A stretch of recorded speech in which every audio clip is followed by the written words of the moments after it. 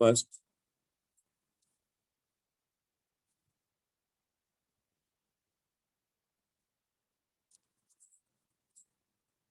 ये क्वेश्चन है, मान लो कि के इज ए है जो बी एंड सी में जा रहा है, इसका के है, के वन है, के टू है, इसका ई ए वन दिया हुआ है, इसका ई ए टू गिवन है, तो व्हाट विल द ओवरऑल ई ए? ये क्वेश्चन आएगा ही।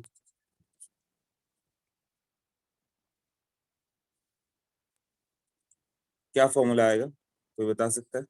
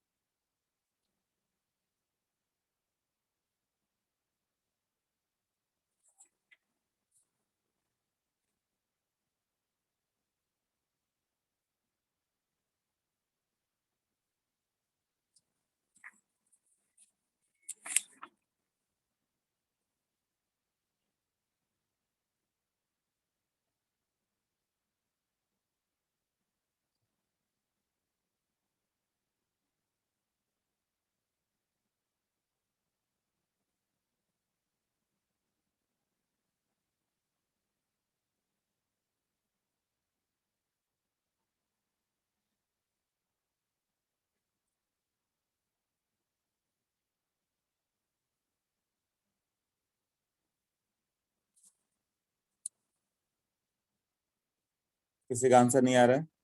ये सॉल्व किया होगा तो उन्होंने, तो ये क्वेश्चन मिला होगा कि इसका के का मतलब ये वैल्यू गिवन है, तो ये क्या लेंगे?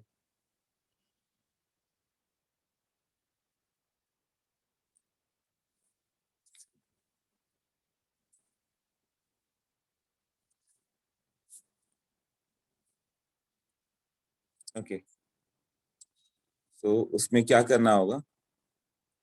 के equal to k one plus k two, k का value A e raise to minus ये बाई आर टी, इसका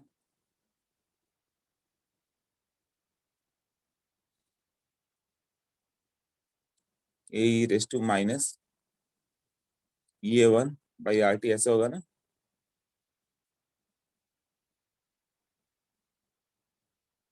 ए और ए वन अलग अलग होगा ना, collision frequency. A two e raise to minus ये two by R T, differentiate कर दो।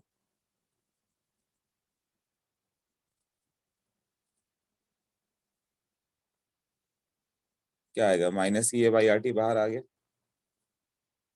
और ये a e raise to minus ये बाई आर टी ही रह जाएगा।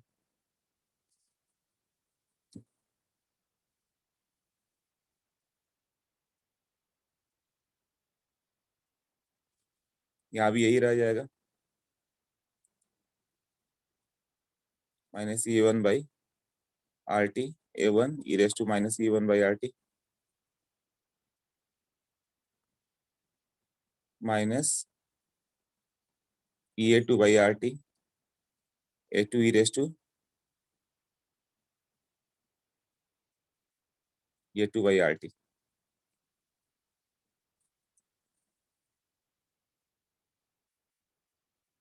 ई रेस टू माइनस एक्स का क्या होता है? Integration differentiation e raise to minus x ही होगा, और ये minus E A by R T वाला टर्म आएगा, तो इसका वैल्यू क्या लिखेंगे हम लोग?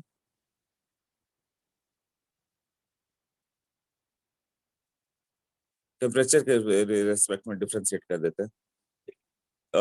इसका कितना होता है? Y equal to e raise to minus x का d y by d x, e raise to minus x ही होगा ना? अब यहाँ पे इसको ई रेस टू माइनस ये बाई आर टी है, इसको टी के रेस्पेक्ट में डिफरेंशिएट कर देते हैं, तो क्या हो जाएगा? ये वही रहेगा। फिर इसका डिफरेंशिएशन आता है ना, एक बार रिकॉल कराओ, मुझे लगता है कि ये बाई आर टी स्क्वायर हो जाएगा, ऐसा होगा क्या?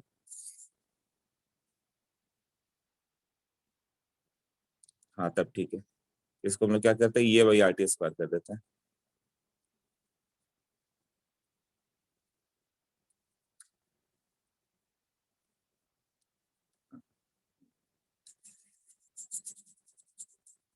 ये भाई आर टी स्क्वायर हो गया, तो आर टी स्क्वायर तो कैंसिल हो जाएगा फिर यहाँ से, आर टी स्क्वायर तो सब में कॉमन है, बट ये जो वैल्यू हो गया ये वापस के हो चुका है, और ये ई था के इंटू ई है, और ये हो गया के वन इंटू ई ए वन, और ये हो गया के टू इंटू ए टू। ये क्वेश्चन कल देंगे, ये टेस्ट में आएगा ही। ये एक क्वेश्चन है, कैसे सॉल्व करके बताओ।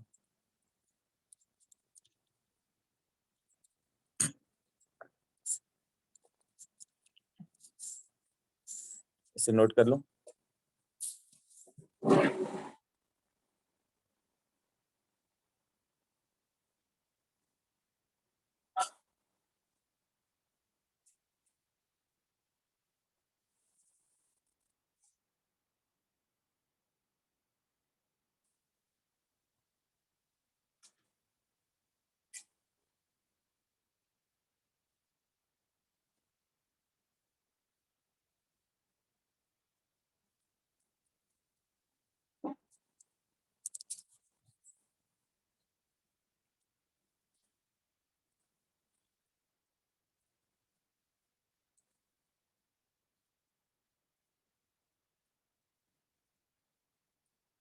हाँ ठीक है, 1/x का 1/x² होता है ना, -1/x का, तो प्लस हो गया वो, राइट।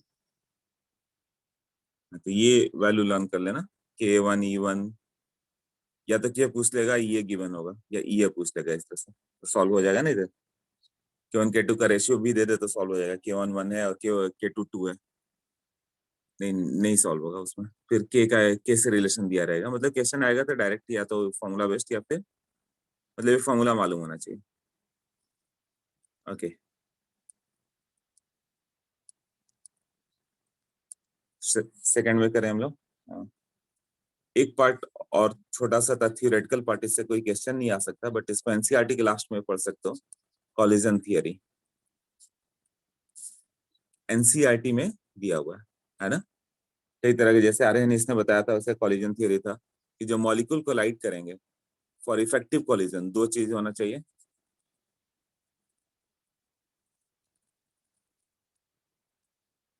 मॉलिक्यूल्स में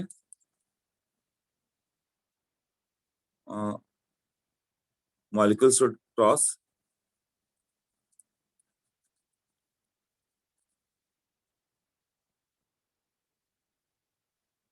एनसीईआरटी में बस कॉलिजन थ्योरी एक दिया हुआ है, क्वेश्चन इस पे नहीं बनता है।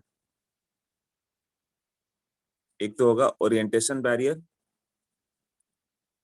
मतलब प्रॉपर ओरिएंटेशन होना चाहिए, molecule should be properly oriented, है ना। जैसे CH3Cl है और यहाँ पे OH- है, OH- जाके इधर जाके क्लोरीन पे अटैक कर जाए, इनइफेक्टिव कॉलिजन। हाइड्रोजन पे अटैक कर जाए, इनइफेक्टिव कॉलिजन। बट वही OH यहाँ पे जाके कार्बन पे अटैक करे और Cl बाहर आए, तो ये इफेक्टिव कॉलिजन है। मतलब जब तुम मैंगोस को ब्रेक करो, आम के पेड़ से आम को तोड़ रहे हो, तो स्टोन जाके सीधे आम पे लगना चाहिए, वो टहनी पे लग रहा है उसके, मतलब राइट, ब्रांचेस पे लग रहा है, लीफ पे लग रहा है, तो वो इनइफेक्टिव कॉलिजन होगा, उससे मैंगोज नहीं आए। तो कहीं पे जाके OH- और जाके अटैक कर रहा है, तो वो इनइफेक्टिव कॉलिजन होगा, उससे प्रोडक्ट नहीं बन सकता। तो एक प्रॉपरली ओरिएंटेड होगा। मान लो तुमने कुछ 10 स्टोन पे फेंके और 30% ही एग्जैक्ट जाके स्ट्राइक किया, 40% जाके एग्जैक्ट स्ट्राइक किया, और बाकी स्ट्राइक नहीं किया एग्जैक्टली, तो वो क्या हो जाएगा, इनइफेक्टिव हो जाएगा। और दूसरा होगा एनर्जी बैरियर।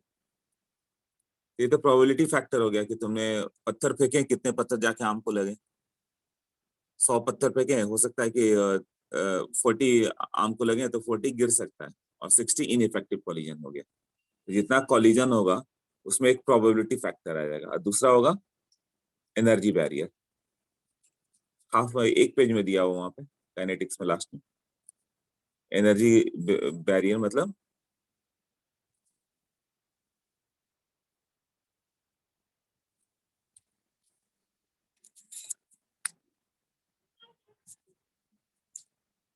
हाँ, उसका एक मिनिमम एनर्जी से ज्यादा होना चाहिए, राइट, तभी जाके वो इससे ग्रेटर आएगा। मतलब molecule should have energy greater then threshold, तभी आएगा। मतलब एक सर्टेन, जैसे बताया तुमने, मान लो 100 पत्थर फेंके और 40 जाके आम पर स्ट्राइक कर रहे हैं, तो 40 आम नहीं आएंगे। हो सकता है 40 में से कोई पत्थर बहुत स्लो जाकर स्ट्राइक करे, जस्ट टच करके आ जाए, उसकी एनर्जी इतनी नहीं है कि आम को लेके आ पाए, तो 30% उसमें वेस्ट हो गया, है ना। तो तुम्हारे पास 10 मॉलिक्यूल 10 ही मैंगोज इफेक्टिव कॉलिजन करके आए ना। ओवरऑल जो रेट होगा किस पे डिपेंड करेगा नाउ, प्रोबेबिलिटी फैक्टर, हाँ, इनटू ये हो गया e raise to minus a by R T, ये फ्रैक्शन ऑफ मॉलिक्यूल जिसका एनर्जी ग्रेटर देन, ये क्या था, फ्रैक्शन ऑफ मॉलिक्यूल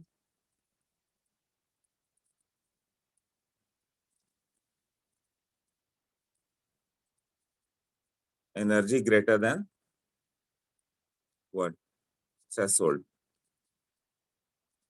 थ्रेशोल्ड से जितना ग्रेटर कितना है, और पी क्या हो गया, प्रोबेबिलिटी फैक्टर।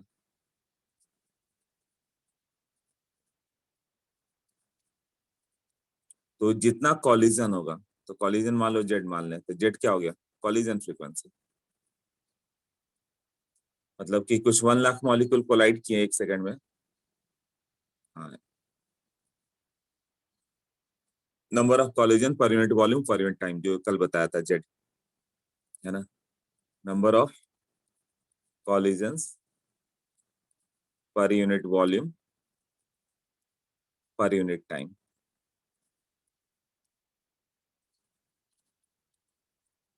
हाँ, तो ये मान लो कि फिक्स हो गया कि अच्छा 1 lakh collision per unit time है, 1 लाख 10⁵ कॉलिजन हो गए, तो क्या 10⁵ मॉलिक्यूल प्रोडक्ट बनाएंगे क्या, नहीं, प्रोबेबिलिटी फैक्टर आ गया कि अच्छा 25% ही जाके स्ट्राइक कर रहे हैं प्रॉपरली। हाँ,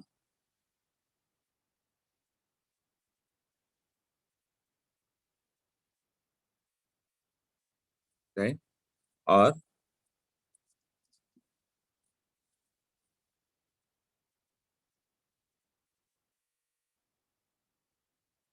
उसके बाद क्या आ गया, फ्रैक्शन आ गया कि अच्छा उसमें भी 10% मॉलिक्यूल क्या एनर्जी ग्रेटर था, बाकी सब वेस्ट हो रहे थे, तो तुम्हें इतनी ही मिल पाएगी ना, इतने ही मॉलिक्यूल प्रोडक्ट बना पाएंगे।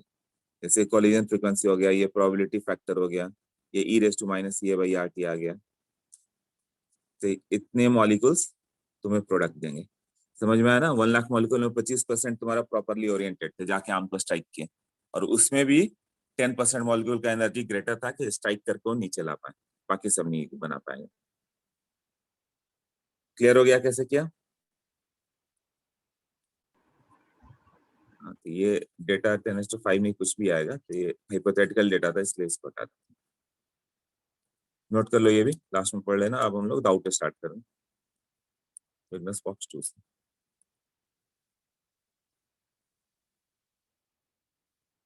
हाँ, सबको क्लियर है ना। काइनेटिक्स एनसीईआरटी सिर्फ लास्ट वाला पढ़ लो, पूरा पढ़ के क्या करोगे, अपना बुकलेट ही बहुत है। तो आर्यनियस के अकॉर्डिंग उसने ए लिया था, तो ए क्या है, एक्चुअली कॉलिजन थ्योरी के अनुसार A is Z into P, collision frequency into probability factor. इसीलिए ए को हम लोगों ने नहीं बोला था कॉलिजन फ्रीक्वेंसी है, हाँ, ए को क्या बोला था, related to collision frequency. Actually क्या हो गया, collision frequency into probability factor. Okay,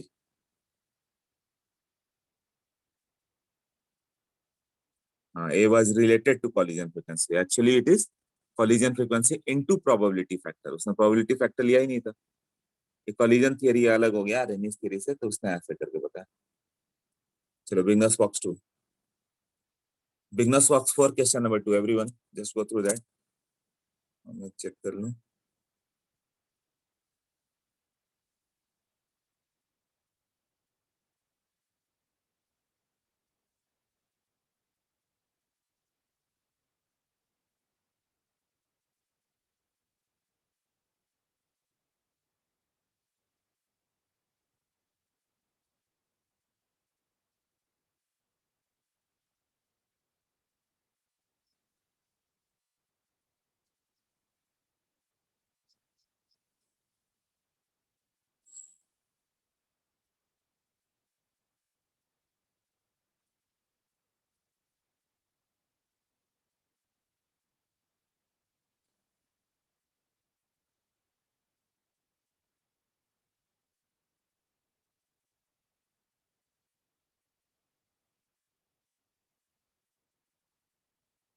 Okay, 163.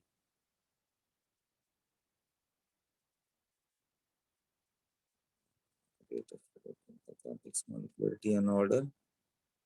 Graphical representation. Ignis box 4, na? Ignis box 3, got it. Now, Ignis box 4. Question number 2. हाँ, Ignis box 4. Question number 2 देखो.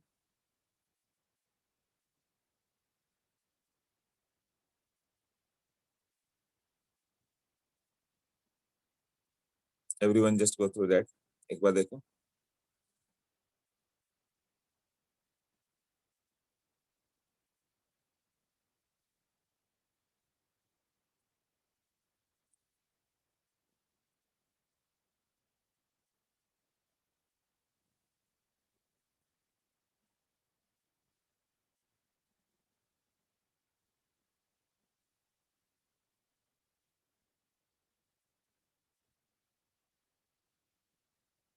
क्या आंसर है?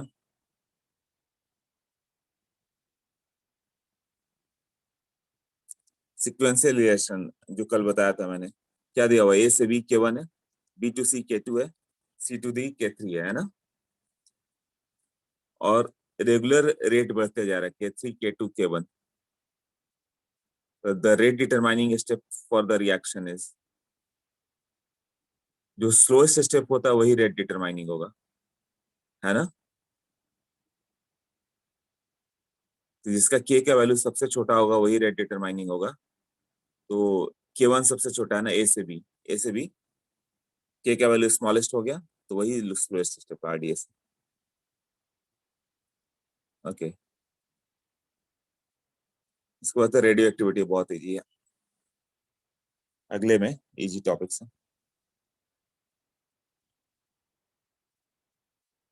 हाँ, now exercise 1 question number 2 8 25 22. Question number 2. ऐसा same question हम लोगों ने किया था बट ग्राम पर लीटर वाला किया था, इन लोगों ने मोल में करके बताया. तो एक्सरसाइज 1 का क्वेश्चन नंबर 2 देखो. 2SO2 plus O2 gives out 2SO3. Rate of measured is minus DO2 by dt. ये दिया हुआ है. तो rate of formation of SO3 क्या होगा? तो DO2 by dt will be 1/2 DSO3 by dt. यही है ना? तो इसके लिए तो कॉपी पेन की भी जरूरत नहीं. तो कितना हो जाएगा DSO3 by dt? टू को उस साइड ले लो, राइट? कितना आ जाएगा आंसर पे?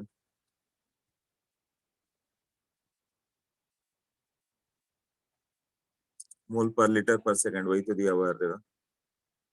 तो रेट ऑफ फॉर्मेशन मोल पर लीटर पर सेकंड है 2.5 इंटू 2. हाँ, मतलब 5 इंटू 10⁻⁴ हो जाएगा. आंसर डी आ जाएगा. क्लियर है?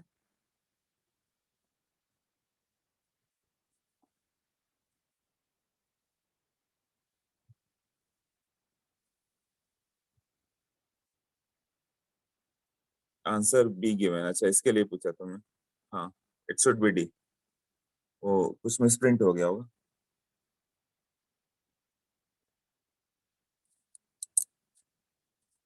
आंसर चेक कर ले एक बार, सब सही से वही है ना?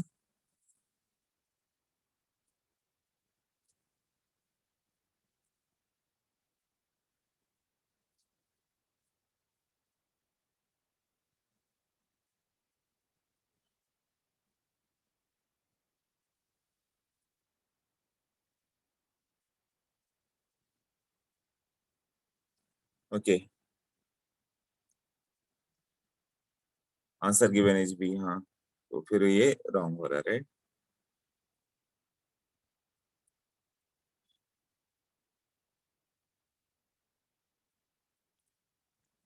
After 2 question number 8. 8 पे जाओ. The incorrect statement is, incorrect statement क्या है?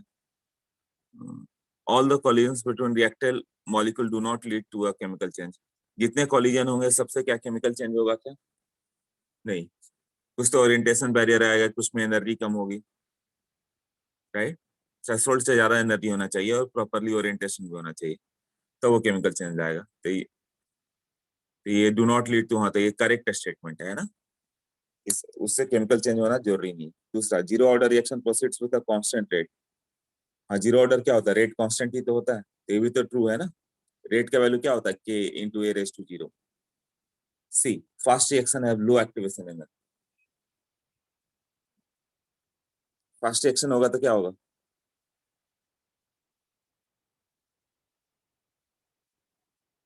एक्टिवेशन एनर्जी पे है ना, जिसका एक्टिवेशन एनर्जी का बैरियर बड़ा है ना, वो रिएक्शन स्लो पड़ जाता है।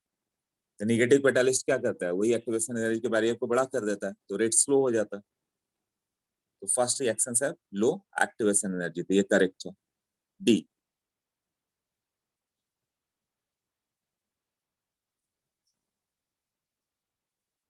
In a first order reaction, the reaction ideally takes finite time to be completed.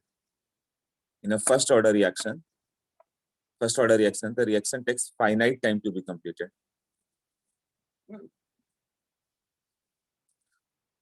First order में कितना टाइम लगता है, याद करो, उसका ग्राफ इंफिनिटी पे जाता था ना, नेवर गोज टू कंप्लीशन। हाँ 70 हाफ के बाद 99% कंप्लीट, 10 हाफ के बाद 99.99% कंप्लीट, ऐसे ही था ना। तो 10 हाफ को हम लोग मान लेते हैं कि ऑलमोस्ट कंप्लीट हुआ, तो 8 का डी हो जाएगा ना। हाँ बताओ, इसमें किसी का डाउट है,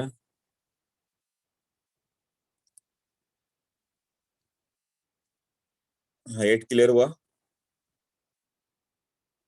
किसका डाउट था, अनुष्का, हाँ अनुष्का क्लियर है तुम्हें, okay 22।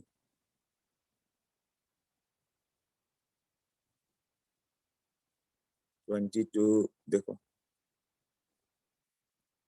the rate constant is given है फॉरवर्ड डायरेक्शन,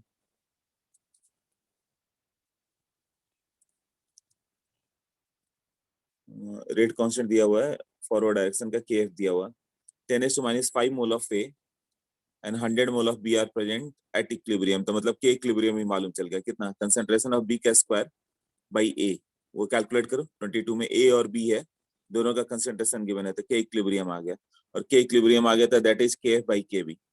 के एफ गिवन है तो के बी आ जाएगा ना, क्या इक्वेशन हो जाएगा, 1.5 इंटू 10⁻³ के एफ है, divided by K B, 1.5 into 10⁻³ by K B is equal to, ये कितना आ जाएगा, बी का concentration 100/10, 100 mole by 10 square divided by 10⁻⁵/10। देखो तो आंसर आ रहा है 22। ये बेसिकली इक्विलिब्रियम का क्वेश्चन हो गया।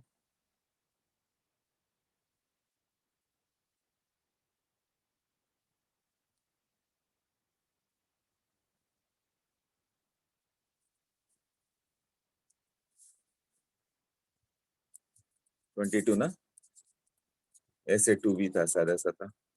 के एफ गिवन है, के बी गिवन है, और दोनों का कंसंट्रेशन गिवन है, तो तुम्हें K f by K b equal to b square by a, इसमें 3 वैल्यू दिया हुआ है तुम्हें, के एफ, बी और ए, बस पुट करके के बी ले आओ। देखो तो आंसर आया 22 का, किसका डाउट था।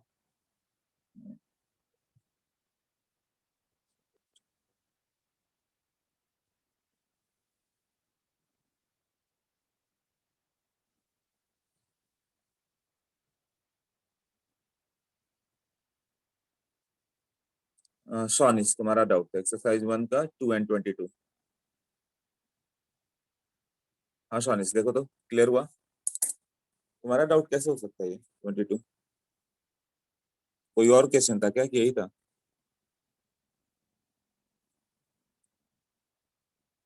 अच्छा कुछ मिस्टेक कर रहे होगे तो ठीक है, अभी क्लियर है ना। हाँ।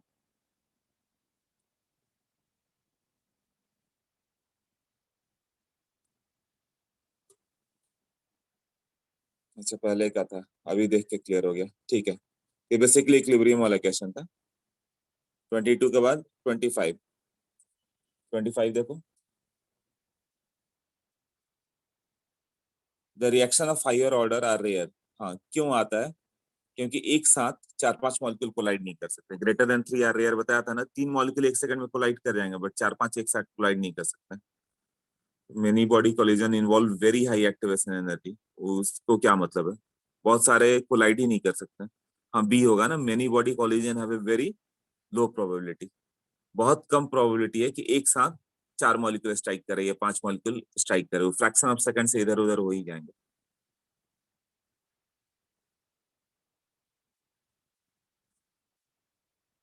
हाँ।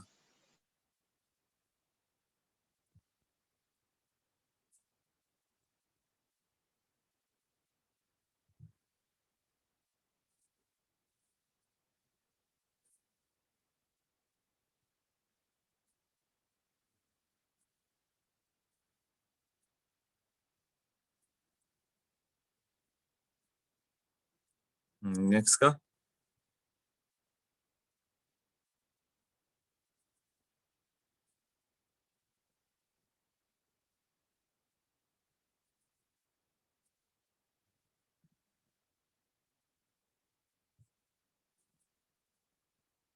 ओके,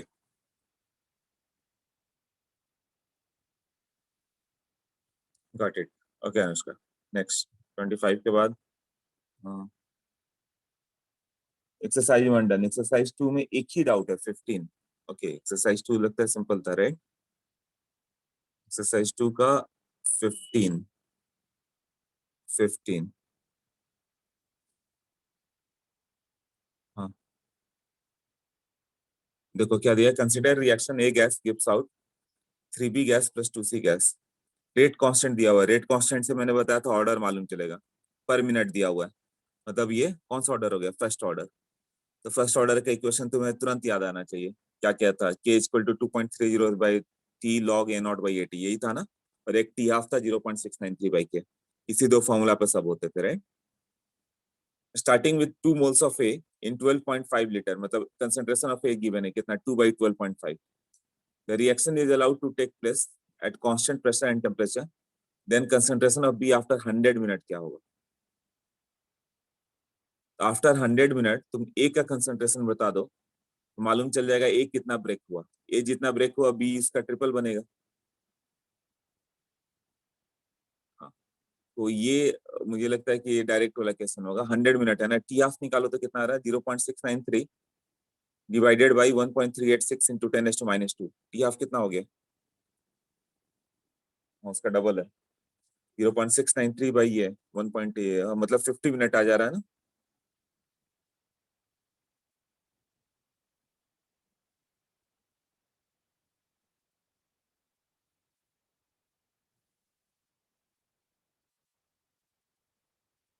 हाँ, 50 मिनट आ रहा है। तो ए का कंसेंट्रेशन 50 मिनट, 100 मिनट के बाद क्या होगा? 100 मिनट के बाद बोला है ना, मतलब 2 टी हाफ के बाद। तो ए 2 मोल से 1 मोल पे आ जाएगा, 1 मोल से हाफ मोल पे आ गया। यही होगा ना, 2 टी हाफ के बाद पहले 2 मोल से 1 मोल पे आया, 1 मोल से फिर हाफ मोल पे आएगा, तो हाफ मोल वहीं पे रह गया और 3/2 मोल डिकम्पोज हो गया। तो 3/2 मोल से बी का कितना मोल बन जाएगा? 1 मोल का 3 मोल, तो 3/2 से 9/2 मोल ना, तो 9/2 मोल बन जाएगा। और उसका कंसेंट्रेशन कितना है?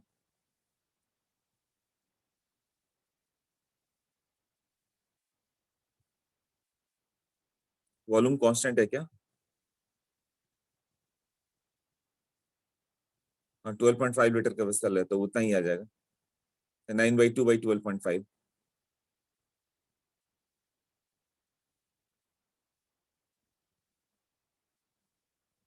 एक बार करके देखो, कैलकुलेशन कहीं कुछ नहीं हो रहा है ना। अप्रोच जो बताया उससे करके देखो।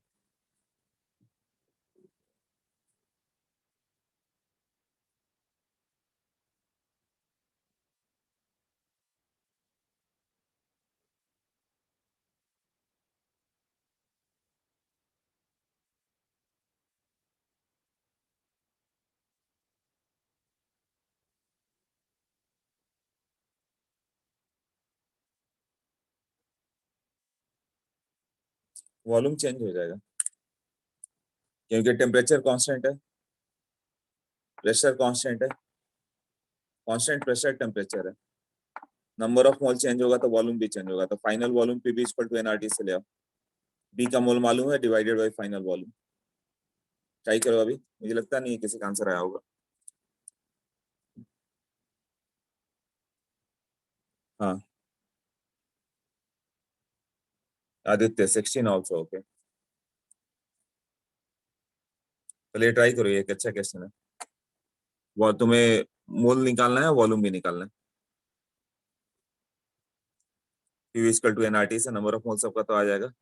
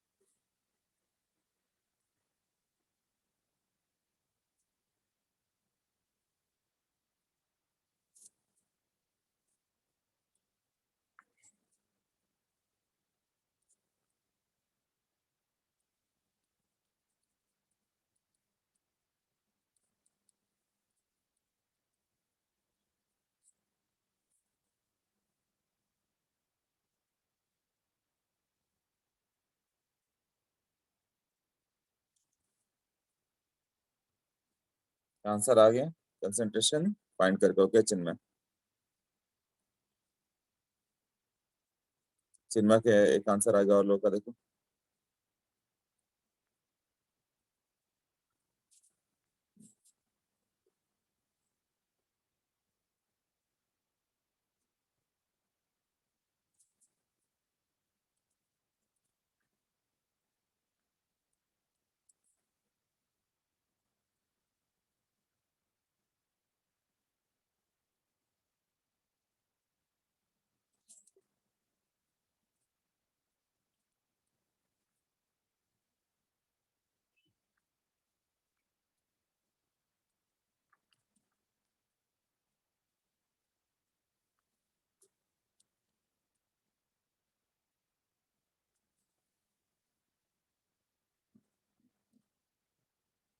टू मोल से 2 टी आपके बाद 0.5 बचेगा, 1.5 डिकम्पोज।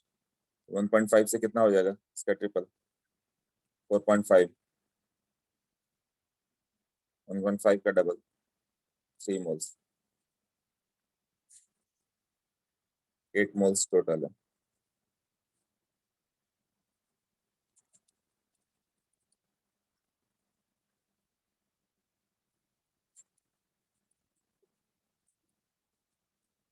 ट्वेल्व पॉइंट फाइव था।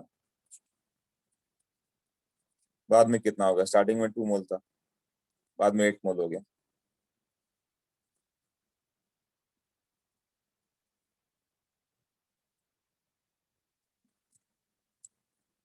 यही है ना?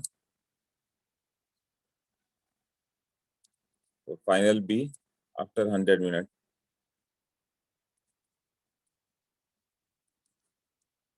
कैलकुलेशन चेक कर लेना एक बार सर। 4.5 मोल बाई 50 ना।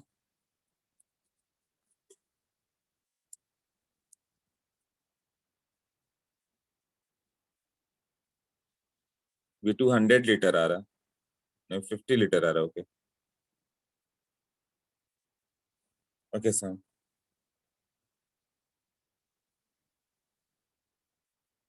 हाँ 50, तभी आंसर आ जा रहा ना। बी का कंसेंट्रेशन चाहिए था ना, 4.5 तो कितना आ जाएगा ये? जो भी है देखो, आंसर आ जा रहा है ना।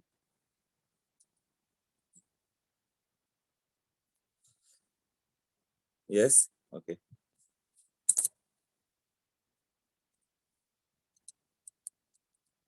ठीक है, नेक्स्ट।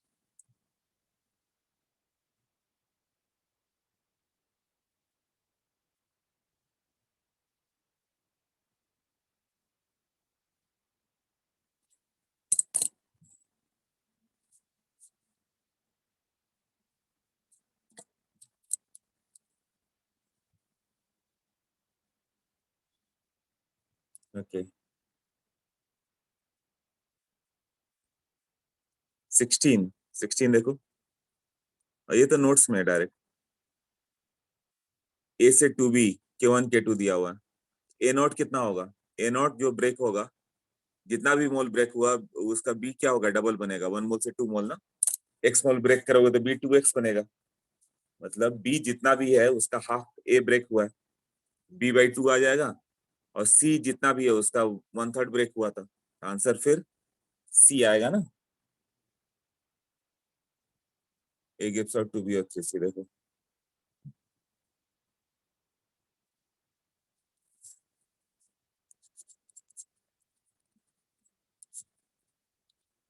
ये मान लो कि 1 मोल था, बाद में एक्स मोल ब्रेक हुआ था, ये 2x आएगा, वाई मोल ब्रेक हुआ था, ये 3y आएगा।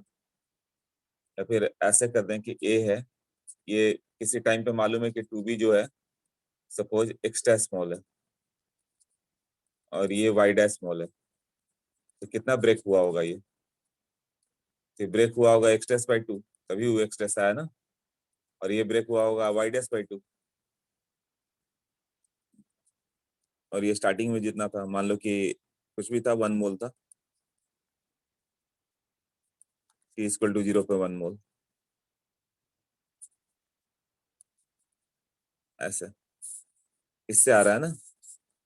ए एट एनी टाइम तुम्हें देखना है कि कितना होगा, 80 प्लस जितना बीटी बना उतना नहीं, बी एट जो टाइम टी है /2 उसका हाफ ही ब्रेक हुआ था, प्लस सी जितना था /2, तब आएगा ना, मतलब 1 - x'/2 - y'/2 कब आएगा।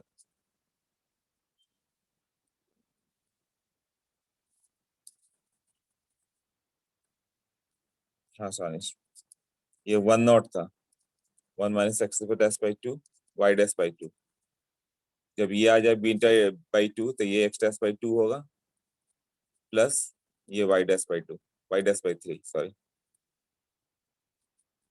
हाँ x'/2 y'/3, 3 वाला फॉर्म था ना ये। इससे क्या होगा, अब ये कैंसिल हो गया, ये भी कैंसिल हो गया, तो 1 आ जाएगा ना, मतलब a gives out n1b n2b रहे, a नॉट कितना होगा, a at that time t plus b जितना है बाई n1 प्लस c जितना है बाई n2।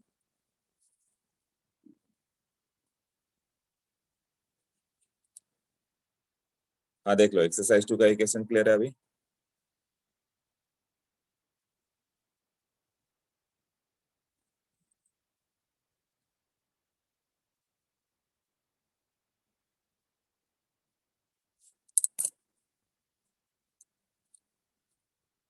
ठीक है, तो exercise 3 right, got it, okay. Exercise 3 पे चले हम लोग। आदित्य, तुम अब कौन से क्वेश्चन बोल रहे हो, थर्ड इसी में, एक्सरसाइज 2 में ही थर्ड बोल रहे हो आदित्य, इन एक्सरसाइज 3 में तो दिया हुआ है। एक्सरसाइज 3 में हम लोग करने वाले हैं क्वेश्चन नंबर 2, 3, 5, 10 एंड 13।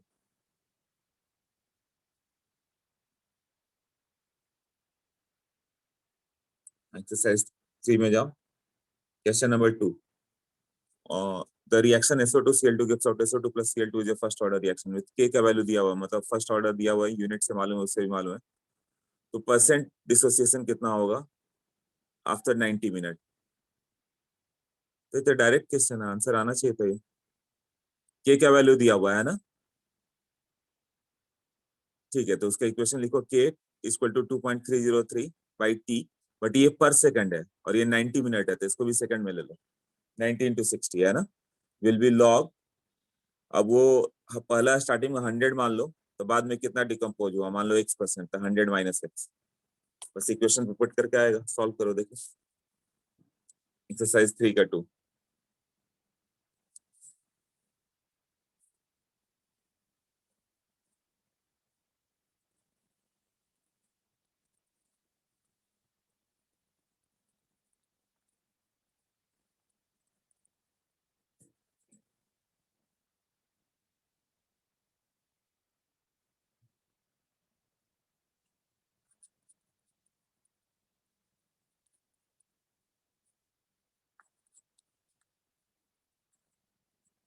हाँ, इस तरह से आ गया t equal to this.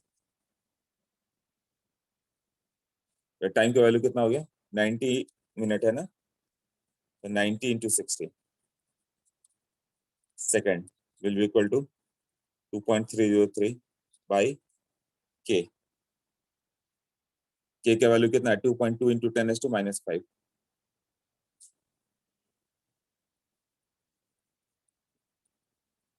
Log percent पूछा था, 100 ले लो, 100 - 6, एक्स का वैल्यू कैलकुलेट करो, रेस्ट तो कैलकुलेशन है।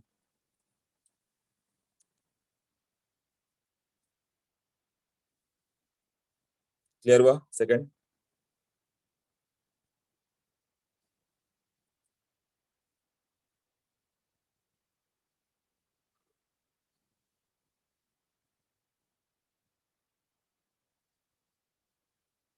ओके आदित्य, ठीक है, तो थर्ड देखें। टू सब्सटेंस ए गिवन है, बी गिवन है। एक का टी हाफ 5 मिनट है, मतलब 5 मिनट के बाद हाफ हो जाएगा, और दूसरे का टी हाफ 15 मिनट है। मतलब जब तक ये दूसरे का एक टी हाफ प्रोड्यूस होगा तब तक वो 100 से 50 पे आ जाएगा, 50 से 25, 25 से 12.5 पे आ जाएगा, ऐसे। और ये 100 से 50 पे ही आएगा। फर्स्ट ऑर्डर काइनेटिक है, इन सच वे लिया गया कि ए इक्वल टू 4 भी है, 4 टाइम लिया गया, तो कब वो दोनों इक्वल होंगे? तो 4 टाइम ही तो कम हुआ अभी, तब तो डायरेक्ट उतना ही हो जाएगा फिर। थर्ड में ये 4x लिया गया, bx लिखा गया, कितने समय बाद इक्वल होगा? ये डायरेक्ट बोला हो गया, टी हाफ के बाद 2x आ गया, अगले टी हाफ के बाद x पे आएगा, और ये एक टी हाफ के बाद x/2 पे जाएगा, ये अगले टी हाफ के बाद x/2 पे जाएगा। ये हुआ ना? इसका एक टी हाफ 15 मिनट है, इसका 3 टी हाफ 15 मिनट है, तो आफ्टर 15 मिनट दोनों का कंसेंट्रेशन सेम हो जाएगा, x/2।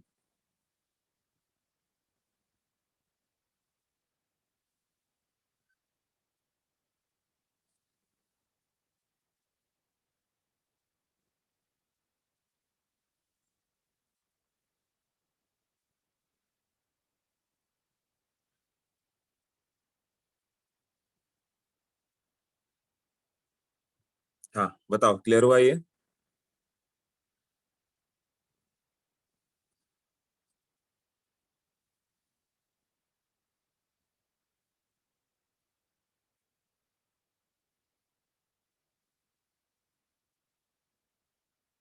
क्लियर है, ओके।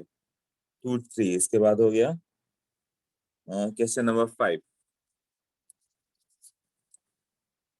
फिफ्थ को देखो, decomposition of both A2 and A3 follows the first order kinetics। K1 दिया हुआ है, A1 A2 दिया हुआ है। तो लेंदी कैलकुलेशन जाएगा। ठीक है, मेथड बताता हूँ। A2 B3 गिवन है, फर्स्ट ऑर्डर काइनेटिक्स है। सबका E A, पहले वाले का A मालूम है, E A मालूम है, दूसरे का भी A का वैल्यू मालूम है, K2 equal to A E raise to minus E by RT। E A भी मालूम है, इसका 14,000 तो इसका 20,000। वो माइनस साइन होगा, दिख नहीं रहा है। हाँ माइनस है, बड़े करने पे दिख रहा है ना, माइनस E बाई RT। ठीक है। If 1 mole of A2 and B2, A2 and B3 are taken in 10-liter flask and heated to some temperature so that they start decomposing at the same rate. Determine the total pressure. Determine the total pressure after 1 hour. अच्छा, ये question तभी वो B वाला किया था ना, कि B का 100 मिनट के बाद क्या आएगा, ऐसा कुछ हो सकता है। A2 का 2A बना, B3 का 3B बना, दो अलग अलग रिएक्शन है, दोनों का सब कुछ अलग है, राइट।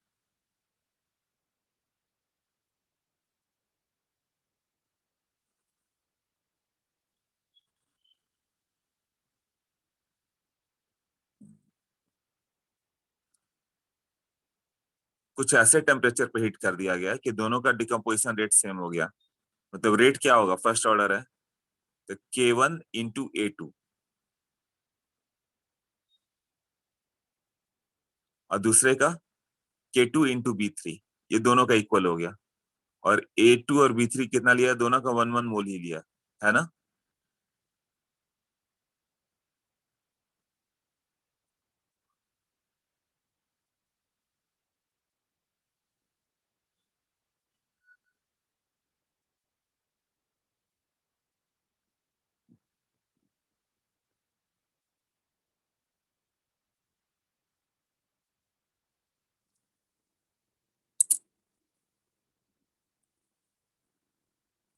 K1 K2 गिवन है, 1 मोल सबका हो गया, 10 लीटर फ्लास्क है, सेम रेट से डिकम्पोज हो रहा है।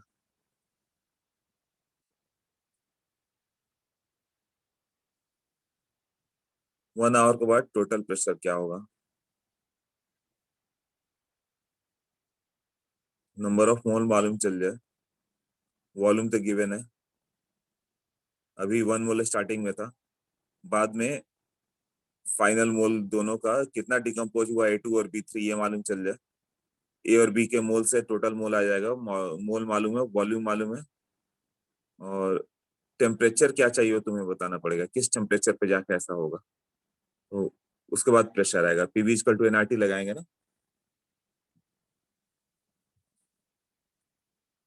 हाँ, फिर उसके बाद ये देखना होगा कि 1 आवर में ये कितना ब्रेक होगा।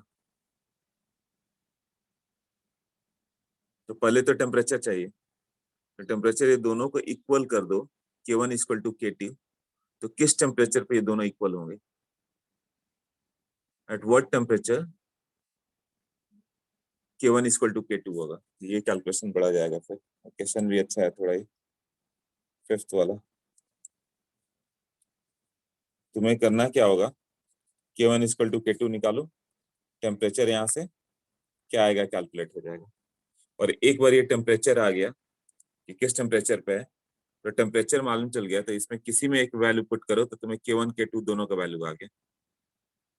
K1 और K2 दोनों का वैल्यू आ जाए, राइट, तो 1 आवर के बाद कितना बचेगा वो तुम बता सकते हो, दोनों का मोल। ये एक्चुअली बहुत लेंदी क्वेश्चन हो जा रहा है, बट करना ही पड़ेगा, इसके अलावा कोई ऑप्शन नहीं है। इसका मतलब ये अवस्थी में जरूर दिया होगा क्वेश्चन, लेवल 2 में वहीं से कॉपी किया होगा। टेम्परेचर इतना हो गया, और ये कर लोगे, उसके बाद तुम्हें T इक्वल टू 1 आवर है ना, और K1 नोन है, तो नंबर ऑफ मोल बता सकते हो ना, K1 equal to 2.303 by T log 1 mole दिया, 1 - x कितना डिकम्पोज हुआ वो मालूम चल गया, उससे टोटल मोल आ जाएगा। टोटल मोल आ गया तो PV equal to NRT apply कर दो। मेथड क्लियर हुआ कैसे करना है।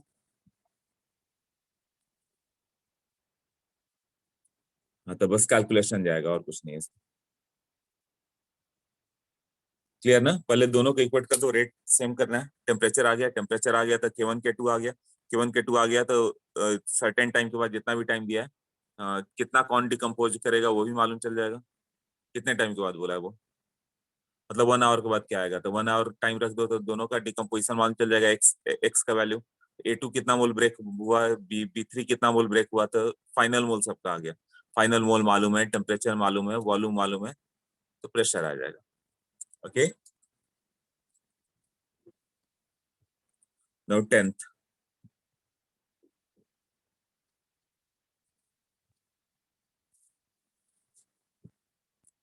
10th में क्या हो जाएगा,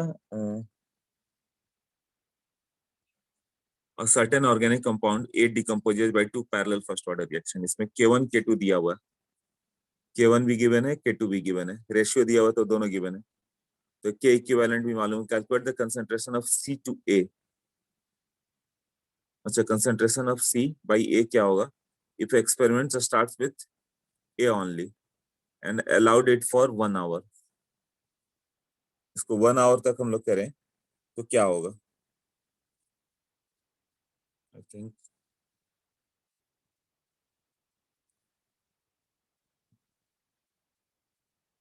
किसी का आंसर आया ये भी सब्जेक्टिव क्वेश्चन ही है।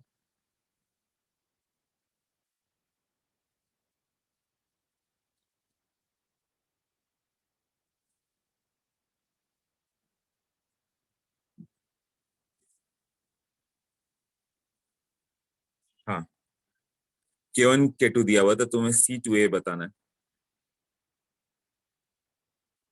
तो वही AT इक्वल टू था ना A0 का वैल्यू कहाँ कहाँ पे डिस्ट्रीब्यूट करते थे हम लोग, राइट।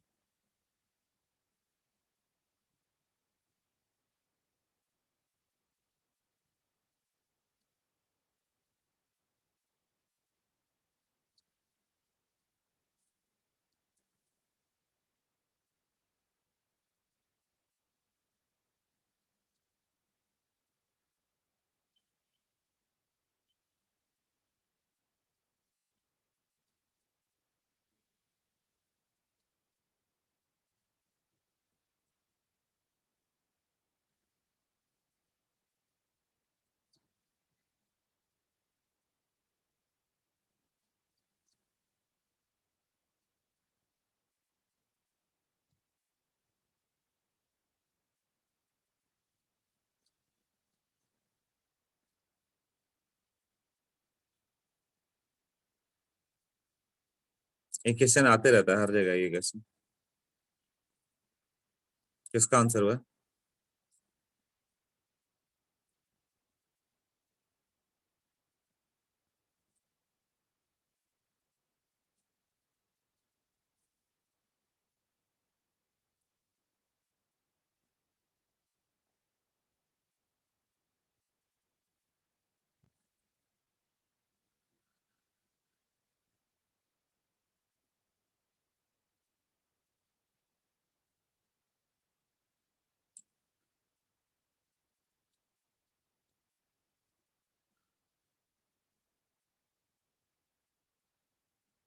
तुम्हारा आंसर आया सोहम।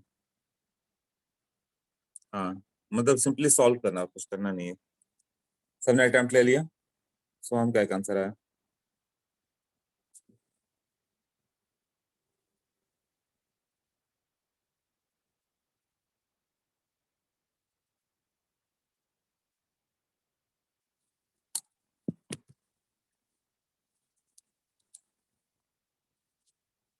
ये हर बुक में दिया हुआ क्वेश्चन, ये एक स्टैंडर्ड क्वेश्चन है।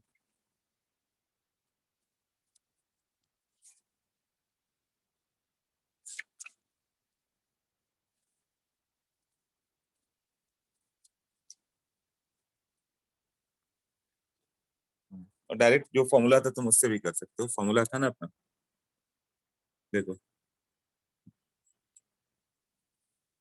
तो उसमें क्या हो गया कि A गिव्स आउट, B है, C है। तो ये जो C जो था मैंने बताया था वो कितना आएगा यार, 10 टाइम।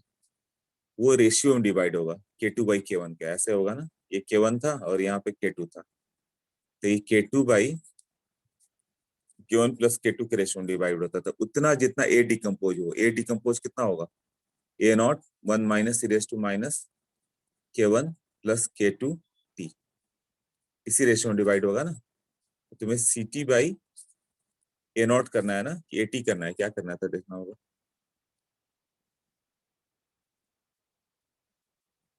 हाँ, C/A,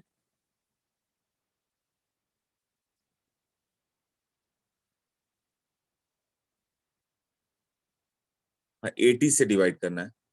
1 आवर टाइम दिया हुआ, 1 आवर। AT कितना होगा, A0 E⁻KT, मतलब K1 plus K2 into T। ये हो गया ना, ये दोनों को डिवाइड कर दो, ये जो आंसर आएगा वही होगा। इसमें सब तो गिवन है, राइट। क्या क्या गिवन है, K1 K2 गिवन है, टाइम भी गिवन है।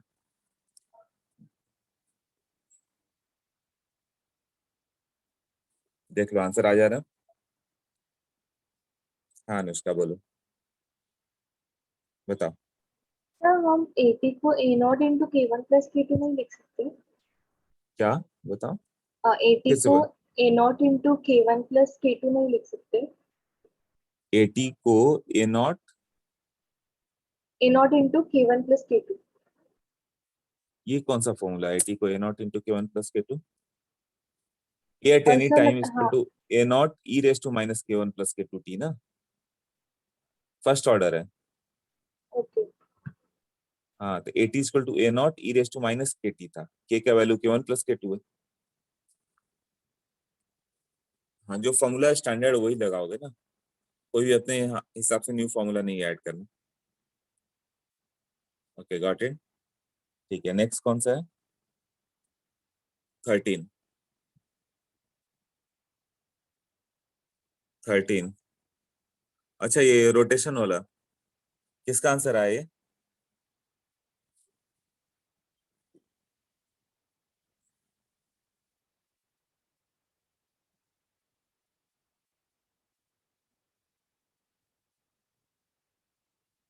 जो polarimeter reading of the inversion of the cane sugar दिया, ये गिवन है। पहले क्या है, time t equal to zero पे 30 डिग्री डेक्स्ट्रो रोटेटरी था, बाद में वो लीवर चला जाएगा, इन्फिनिटी पे क्या आ गया, लीवर पे आ गया ना। आर नॉट दिया है, आर टी गिवन है, आर इन्फिनिटी दिया हुआ है, तो सब डेटा गिवन है जो था हम लोग का। और के का वैल्यू था 2.303, के पूछे तो कैसे होगा, 2.303 बाई 30 लॉग, यहाँ पे R infinity minus are not by R infinity minus are T कर दो, हो जाता है। अब क्या क्या निकालना है तुम्हें, के पहले निकल जाएगा तो टी हाफ आ जाएगा। तो सॉल्यूशन इज ऑप्टिकली इनएक्टिव, मतलब वो कब उसका वैल्यू जीरो आ रहा है, आर टी का वैल्यू जीरो कब होगा, वहां जीरो पुट करके एक बार लाएंगे कि कितने पे आएगा। हाँ, कितने टाइम के बाद, है ना। Equimolar mixture of the product, equimolar लोगे तो क्या होगा, आज जब तुम्हारा डेक्स्ट्रो और लीवर सुक्रोज जब ब्रेक हुआ ग्लूकोज और फ्रुक्टोज में, तो फ्रुक्टोज का रोटेटिंग पावर ज्यादा है ना, तो ओवरऑल क्या होगा, लीवर रोटेटरी होगा। हाँ, टी हाफ के समय कितना रोटेट करेगा, मतलब टोटल इसको सॉल्व करके ही सब कुछ आएगा। देखो, 13।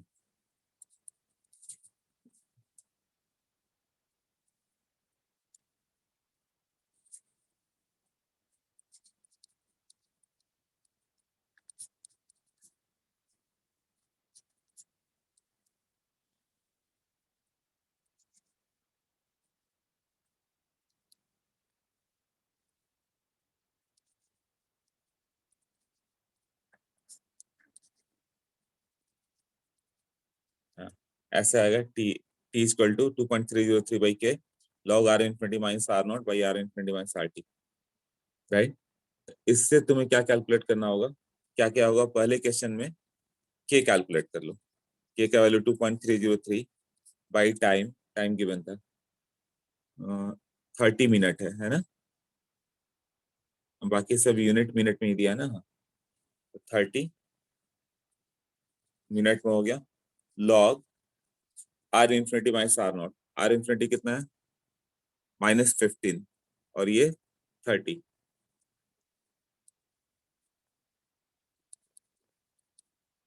-30 यही है ना। और यहाँ पे भी -15, माइनस उस समय कितना था वो, आर टी 20,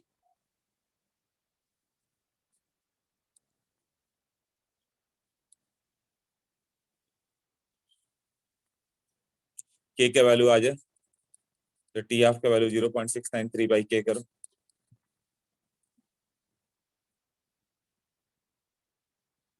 हाफ लाइफ आ गया फर्स्ट का। सॉल्यूशन इज ऑप्टिकली इनएक्टिव है,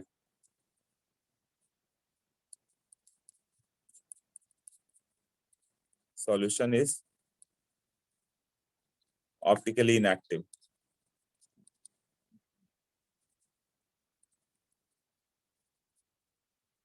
मतलब आर टी का वैल्यू 0, तो किस टाइम पे होगा, तो टी का value 2.303 by 30 log -15, -15 -0 minus are not, इसको जीरो कर दो, यही है ना, ये टाइम निकल जाएगा। थर्ड, लिवर रोटेटिव, वो तो बताया था थर्ड वाला, थर्ड लिवो हो गया ना। और फोर्थ क्या हो गया, the angle at half time. हाँ, इस पर टाइम दिया हुआ था, आरटी क्या होगा,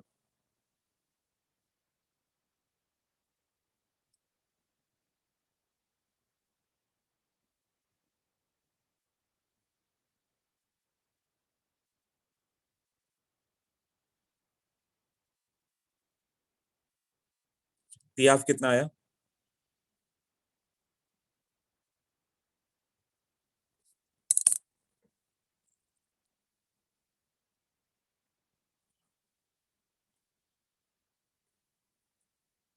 कैलकुलेट करना पड़ेगा ना। करो, किसका आंसर आ रहा है? 2.303 बाई के आएगा सेकंड पार्ट में। ओके, सेकंड पार्ट में 2.303, हाँ बाई के होगा।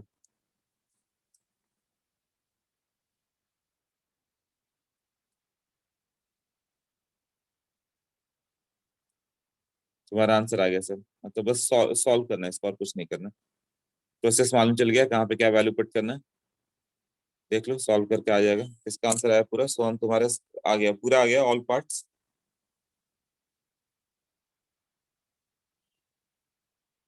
यस, ओके,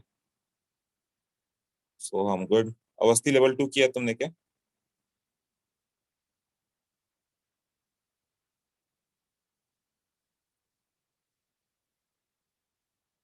लेवल 2 कर दो। 30-40 क्वेश्चन पे रहते हैं, नहीं भी होगा तो दास क्या करता था, एटलीस्ट सॉल्यूशन सबका देख जाता था। लेवल 2 मेंटली सॉल्व करो, नहीं टाइम है तो मेंटली सॉल्व करो। हाँ, जब टाइम नहीं मिले तो ये जरूर करना है। मेंटली सॉल्व करो, नहीं हो रहा तो उसका प्रोसेस तो देख जाओ कि हाँ ऐसा ऐसा करना है। हाँ, ये करके प्रोसेस आएगा, मैं कैसे बता रहा हूँ कि ऐसे ऐसे करके टेम्परेचर आएगा, ऐसे मोल आएगा। उतना तो सोच लो। कई क्वेश्चन होगा बिल्कुल नहीं सोच पाया, तो सोल्यूशन देख के एक नई चीज तो मालूम चलेगी। ओके, हाँ, कंप्लीट कर लोगे आज, ठीक है सर। और लोगों के लिए भी मैं बोल रहा हूँ। ओके, तो ये हो गया अपना एक्सरसाइज 3 भी हो गया। अब बचा 4A, 4B। वो सब तो ऑब्जेक्टिव है, डायरेक्ट हो जाएंगे, तुरंत हो जाएंगे वो सब। देखो, 4A पे जाओ। 4A में करना है क्वेश्चन नंबर 8, 18, 4, 17, 15, 27। फिर से बताता हूँ।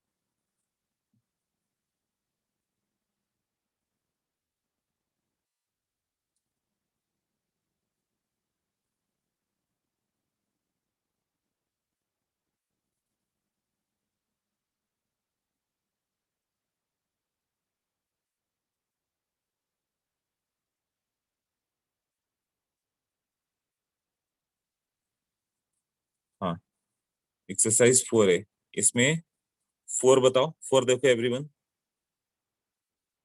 4, क्वेश्चन नंबर 8,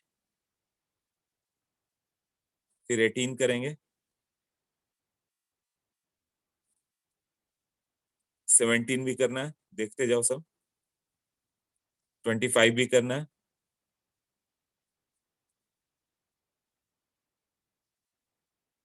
27 भी करना है।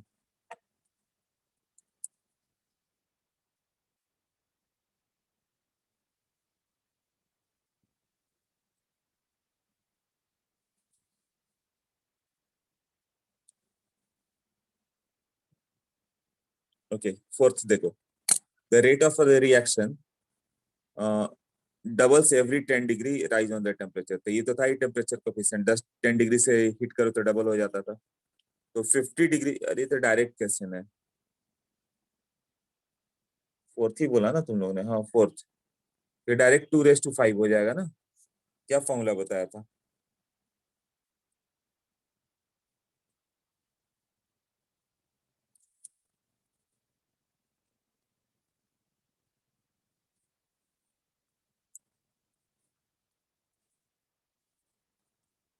KT2/KT1, ऐसा कितना क्वेश्चन किया? तो वो तो यहाँ चाहिए। अच्छा, आंसर रॉन्ग दिया होगा हो सकता है, इसके लिए पूछ रहा होगा तुम्हें।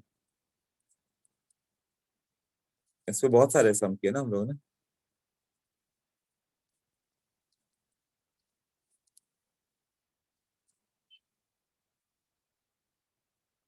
अच्छा, आंसर राइट गिवन है। हाँ, डायरेक्ट 2⁵32 है, इतना तो लिखना भी नहीं है। ठीक है, फोर्थ के बाद एर्थ देखो। क्या क्या दिया हुआ है? For the reaction a gives out product, concentration of a दिया हुआ 0.1 से 0.025 आ गया। ये तो उसके प्रोपोर्शनल वाला है। 1 का 25 मतलब जीरो, कितने टी हाफ के बाद आएगा? 0.1 से 0.05 आएगा एक टी हाफ के बाद। दो टी हाफ के बाद 0.05 से 0.025 आ जाएगा, मतलब 2 टी हाफ पास हुआ। 2 T half is 40 minute, 2 T half is 40 minutes ना, तो एक टी हाफ 20 मिनट होगा। तो ये बहुत इंपॉर्टेंट क्वेश्चन है, वो 2 टी हाफ दे देता है। दो टी हाफ के बाद 0.1 से 1 टी हाफ के बाद 0.1 से 0.05, उसके अगले टी हाफ के बाद 0.025, तो 2 टी हाफ में 40 मिनट आया, तो एक टी हाफ 20 मिनट है। एक टी हाफ 20 मिनट मालूम चल गया, तो के का वैल्यू ले लो, के का वैल्यू 0.693/20, और रेट कितना होगा, के इंटू ए, रेट का वैल्यू के इंटू ए होता है, तो ए चाहिए, तो ए गिवन है 0.01, और के भी आ चुका है 2.303/20।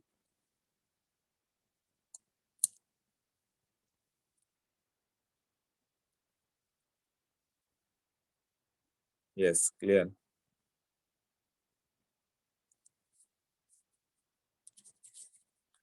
मतलब 0.1 से एक टी के बाद 0.05, दूसरे टेप के बाद 0.025,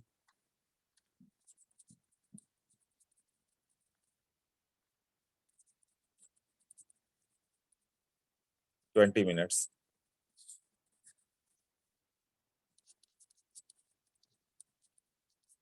आई थिंक ये तो सबको आ जा रहा होगा। रेट कंफ्यूज कर दिया होगा तुम लोग, तो रेट क्या लिखना था, जब फर्स्ट ऑर्डर रहता के इंटू ए ना, सेकंड ऑर्डर रहता था के इंटू ए स्क्वायर, ऐसे ना,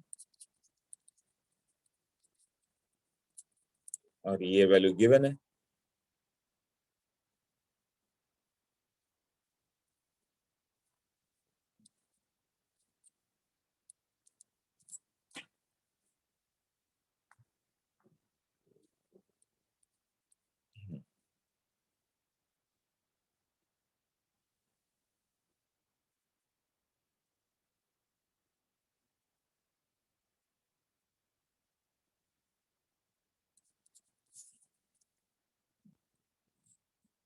okay 17, the following were obtained, ये तो फिर टेबल वाला डायरेक्ट हो गया ना क्वेश्चन, ऑर्डर वगैरह। देखो 2a प्लस बी गिव्स आउट, ए का बी का गिवन है इनिशियल रेट ऑफ रिएक्शन, तो इससे ऑर्डर तुम्हें आ जाएगा ए और बी का क्या होगा।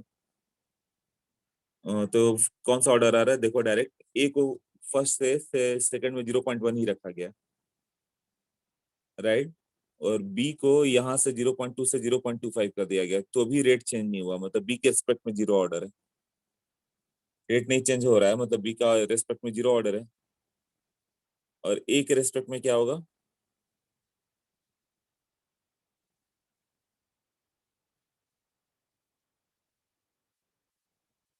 ए को कांस्टेंट रखते हुए बी को इंक्रीज किया गया, तो भी रेट चेंज नहीं हुआ।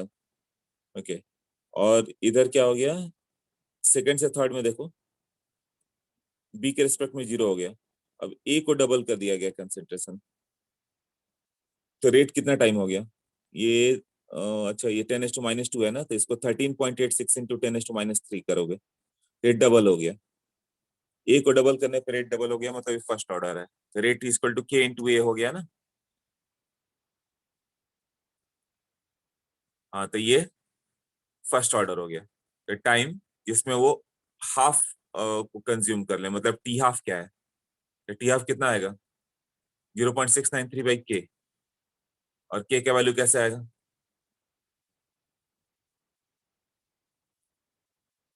रेट दिया हुआ है, के गिवन है, ए इंटू रेट इक्वल टू के इंटू ए कर दो, कोई भी एक इक्वेशन ले लो, पहला ही ले लो, 6.93 इंटू 10⁻³ इक्वल टू के इंटू 0.1।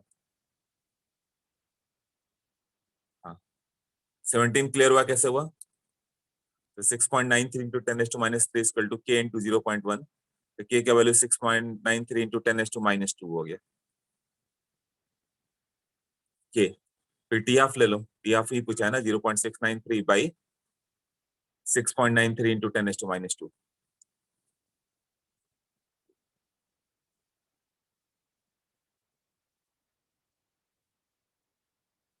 हाँ ओके, किसका डाउट था, क्लियर हुआ ये, रेट पहले तो टेबल से मालूम चल गया के इंटू ए। हाँ, फिर रेट गिवन है, ए गिवन है, तो के ले आओ, फिर टी हाफ का value 0.693 by k. Okay clear. Anushka का डाउट था, ठीक है। इसके बाद कौन सा हो गया 17 के बाद 18। हाँ 18 का देखो क्या होगा।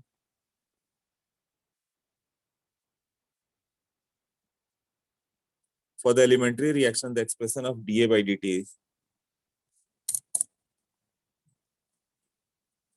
क्या होगा, A2 गिव्स और 2 है, K1 और KF और KB दिया हुआ है, तो dA by dt कितना होगा, rate of forward direction KF into A raise to A minus KB into B raise to B, ऐसे था ना। तो KF कितना है, K1 इंटू A2 आ जाएगा, है ना, minus what, K inverse into A square आ जाएगा, तो आंसर 2 आ जाएगा फिर वो, ऐसे था ना रेट वाला।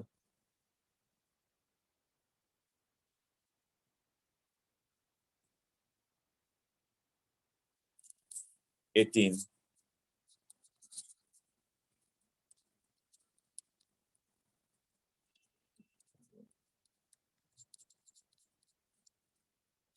Rate of forward direction KF A raise to A B raise to B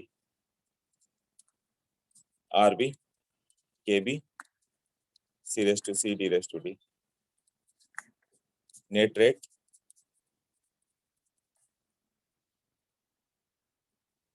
हाँ पहले ऐसा कर चुके हैं हम लोग।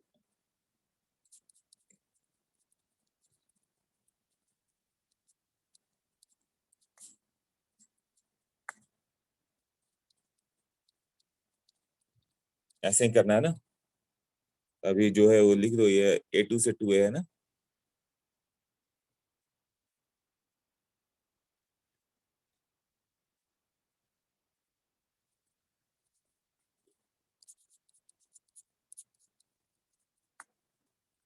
तो रेट जो होगा माइनस dA2 by dt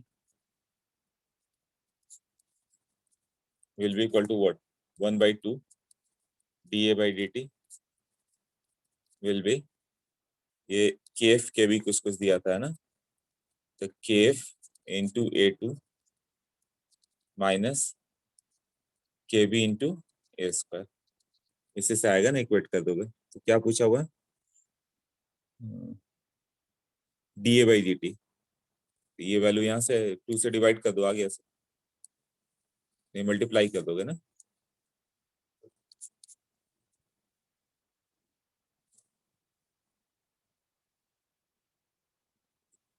हाँ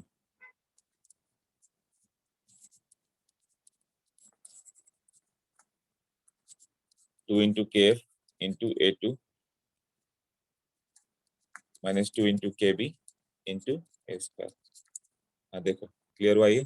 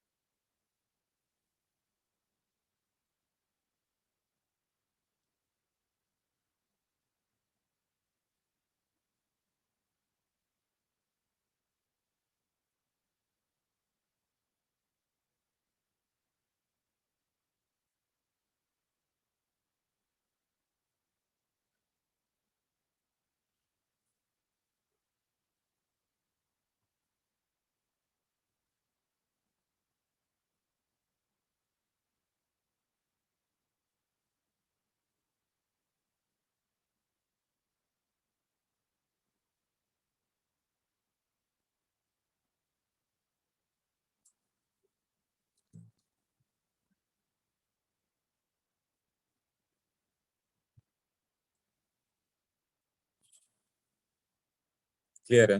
ओके।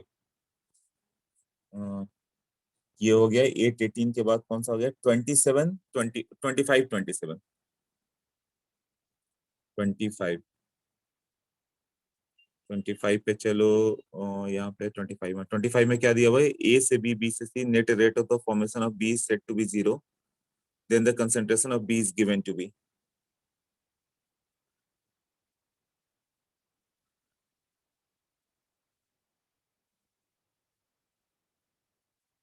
ए से बी से rate of the formation of B is set to B 0,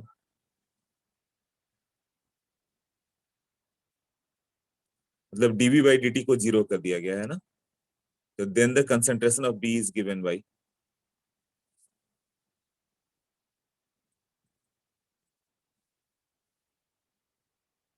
then the concentration of B is given by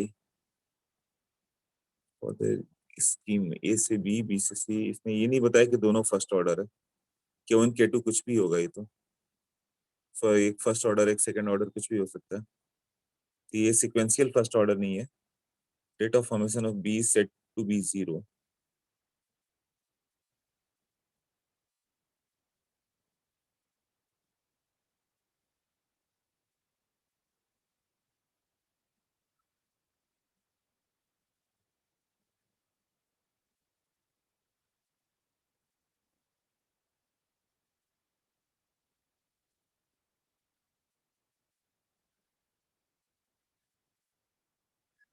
हाँ, if the rate of the formation of B is set to be 0, then the concentration of B is given by, C को 0 किया है। किसी ने किया ये question?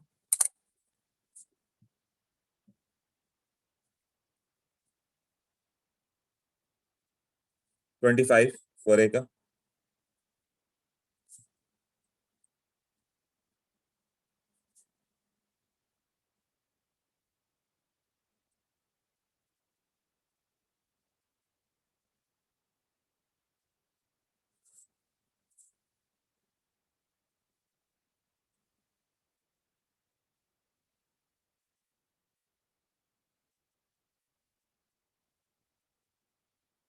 हाँ, B का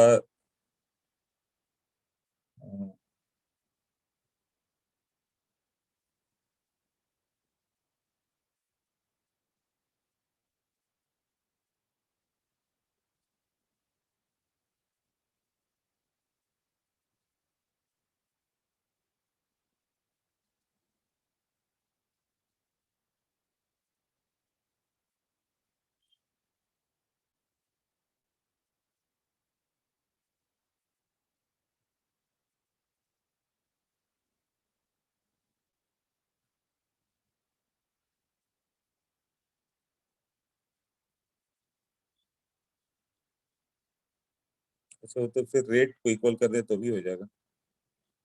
हाँ, तो फर्स्ट ऑर्डर सेकंड ऑर्डर की जरूरत है ही नहीं।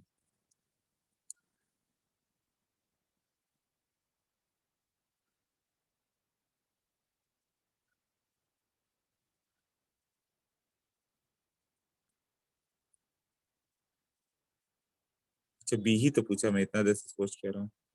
वो तो डायरेक्ट वाला क्वेश्चन हो गया। सी कभी कभी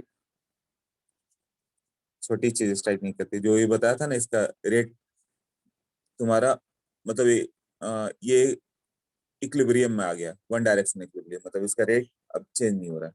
तो जिस रेट से फॉर्म होगा, rate of formation of B equal to rate of decomposition of B, यही होगा ना। तो फॉर्मेशन रेट इसका क्या होगा? K1 इंटू ए ना, और डिकम्पोजिशन रेट इसका क्या होगा? K2 into B. इस रेट से डिकम्पोज होगा।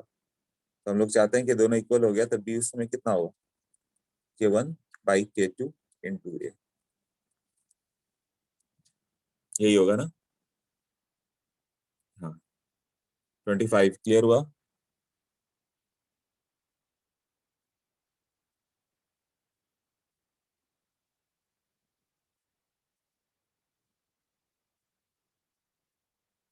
Means rate of formation I am getting a, answer given is, अच्छा अच्छा, आंसर गिवन इज 2 और तुम्हारा आंसर ये आ रहा है। हम लोग का कौन सा है अभी? यही आया हुआ। अच्छा हाँ ठीक है, यही होगा फिर। गिवन आंसर रॉन्ग कर रहा हूँ। टू नहीं नहीं, कोई चांस ही नहीं है टू आने का, फर्स्ट ही होगा, मिस प्रिंट हो गया। Okay 27 minus D A by D T, उसको 0.3 को लॉग टू लिख दो, है ना। तो minus D A by D T equal to log D B by D T plus log two, फिर एंटी लॉग ले लो, टू को इधर ले लो, तो minus D A by D T equal to two D B B by D टी ना।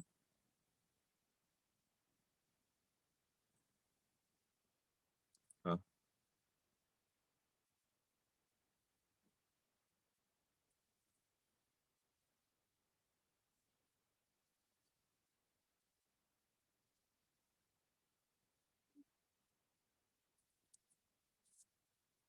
27 है ना, उसमें आ गया minus D A by D T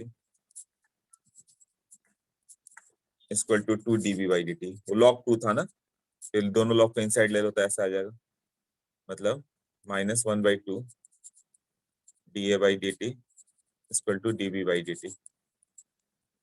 ये किस रिएक्शन को इंडिकेट कर रहा है, टू ए गिव्स आउट बी। किस रिएक्शन में टू ए गिव्स आउट बी दिखेगा, वो सोचो। टू ए से बी आना चाहिए, तो पहला में नॉर्मल ब्यूटेन आइसोब्यूटेन है, मतलब ए से बी आएगा, कार्बन तो सेम ही रहा ना। सेकंड में हाँ, टू मोल इथीन से, two mole C two H four से one mole C four H eight आ जाएगा।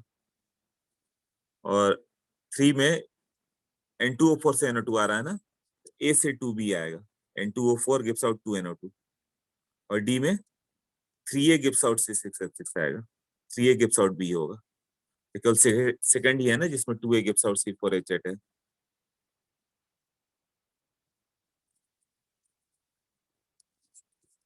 To C two H four gives out C four H eight, यही होगा ना। सी में क्या था, N two O four gives out two NO two, यहाँ तो a gives out two b आया ना। और डी में three a gives out b, ऐसा कुछ था। ओके 27 भी क्लियर हो गया।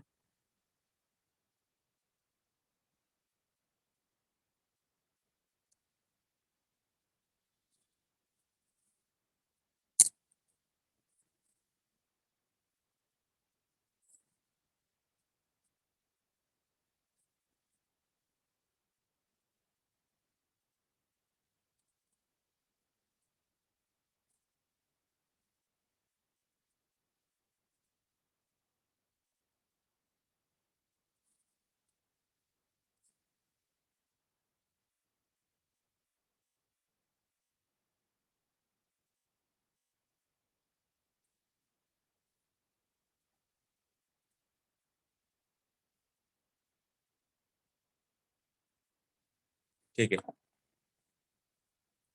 एक्सरसाइज फोर भी देखो।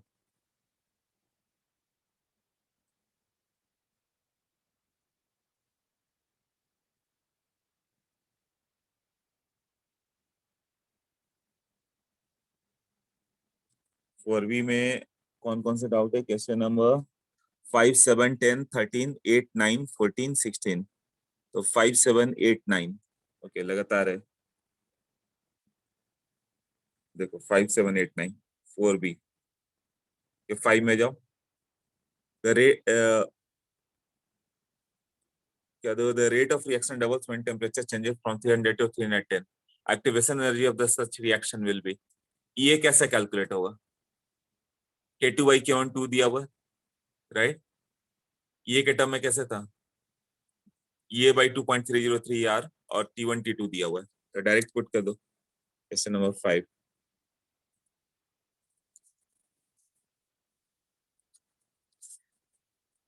हो गया, लॉग K2 बाई K1 equal to EA by 2.303 R 1 by T1 minus 1 by T2, ऐसे होगा ना। ये लॉग 2 हो गया EA बाई 2.303 आर,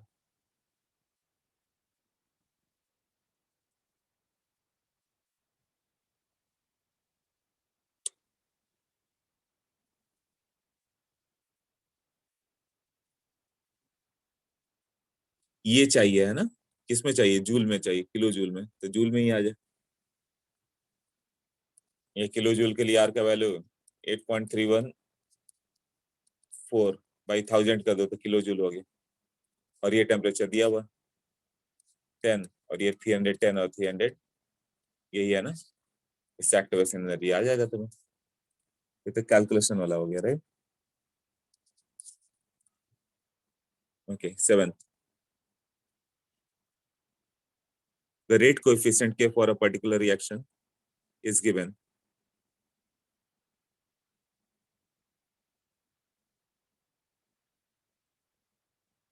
के का वैल्यू दिया हुआ 100 डिग्री और 150 पे, तो सेम क्वेश्चन हो गया।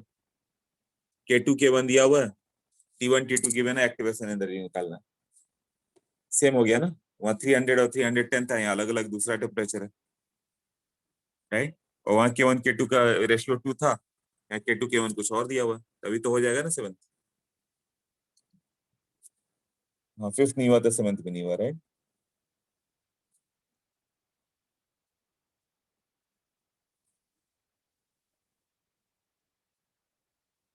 Yes, okay. 7th के बाद सेम SMS 5 हो गया। 8th भी है, 8th क्या,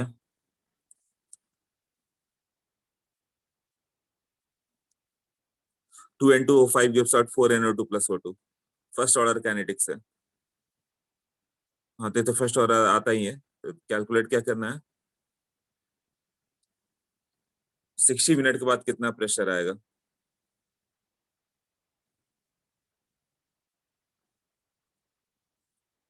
पी नॉट दिया हुआ है 50, 30 मिनट के बाद पीटी दिया हुआ है, पी नॉट पीटी गिवन है, ऐसा वाला क्वेश्चन बताया था मैंने, पी नॉट पीटी लिख के, टाइम गिवन है, तो 60 मिनट के बाद कितना होगा। तो फर्स्ट ऑर्डर है, 30 मिनट के बाद ही कितना हो गया ये मालूम चल गया, तो 60 मिनट मतलब कितना हो गया, 2T हाफ ना, उससे आ जाएगा। जेई मेंस का तो उतना तो सॉल्व नहीं कराएगा, डायरेक्ट होगा फिर। हाँ तो ठीक ना, ठीक तो है, डायरेक्ट हो रहा है। 50 था तो ये दोनों 0 0 ले लो, बाद में 50 माइनस एक्स, तो ये कितना हो जाएगा, 2x और x/2, और वो 87.2 हो गया, तो x का वैल्यू आ जाएगा। तो 1T हाफ के बाद मतलब 30 मिनट के बाद इतना आ गया, तो 60 मिनट के बाद उसका डबल उसी के अकॉर्डिंग ब्रेक होगा ना। x का वैल्यू कितना है ये बताओ।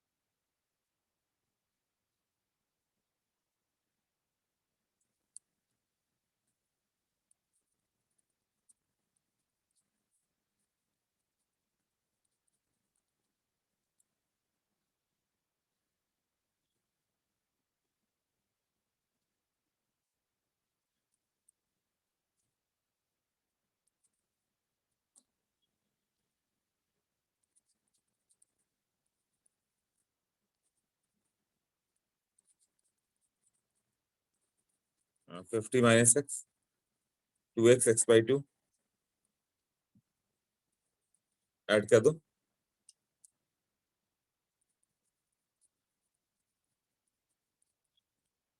87.5, x का वैल्यू कितना आ रहा है,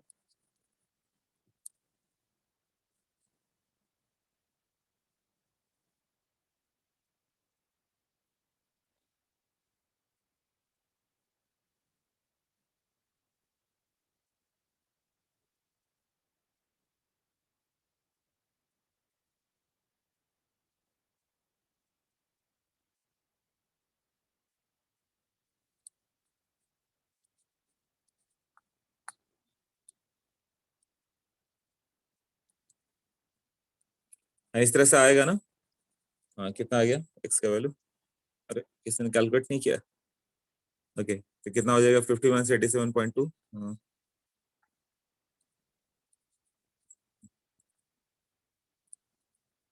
50 plus 3x/2, 87.5, 3x/2 is equal to 37.5, x का वैल्यू हो जाएगा 37.5 का डबल कर दो, 75/3, 25 ना। हाँ तो ये टी हाफ के बाद हाफ हो गया, मतलब ये टी हाफ है ना, इसका मतलब एक टी हाफ के बाद 50 से 25 पे आ गया, यही हुआ ना। तो दो टी हाफ के बाद क्या होगा, 25 से 12.5 पे आ जाएगा। ये दोनों कितने होंगे वो कैलकुलेट कर लो। तो 50 से 37.5 ब्रेक हो गया, तो इसका डबल कितना होगा 75, है ना। और यहाँ से यहाँ में 37.5 ब्रेक हुआ ना, ऑक्सीजन क्या होगा उसका हाफ। ये दोनों तीनों को ऐड कर दो, जो आंसर आ जाए वही होगा। देख लो, क्लियर हुआ इतना।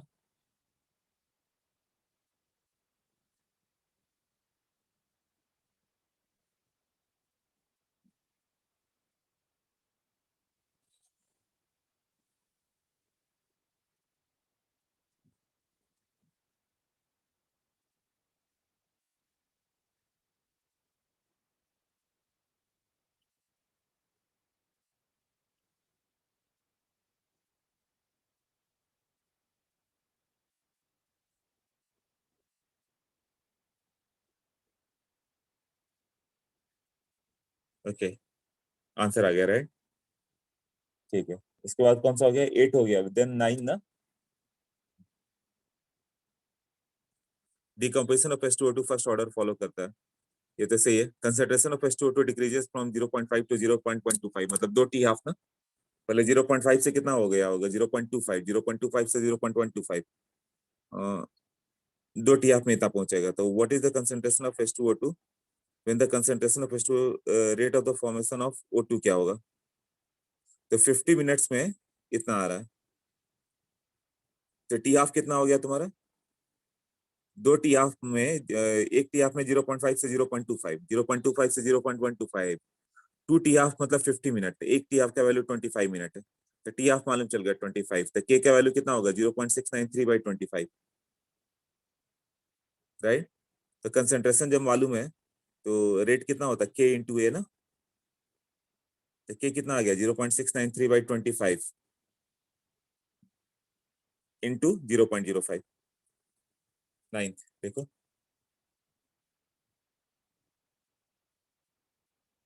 आंसर गिवन इज रॉन्ग, हाँ फिजिबल, नाइन्थ में ना।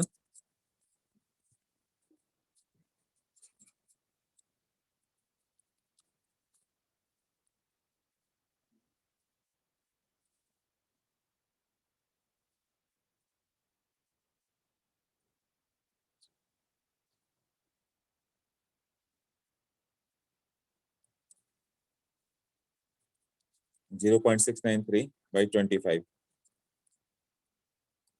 इंटू H2O2, H2O2 उस समय कितना है गिवन है 0.05।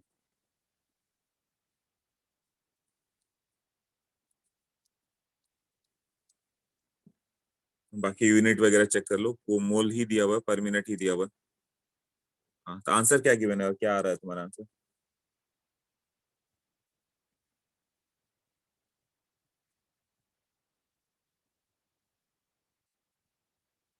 मोल पर लीटर, लीटर कहाँ गया है लोगों, कोई बात नहीं, मोल से भी चल जाएगा, वॉल्यूम तो दिया हुआ नहीं है।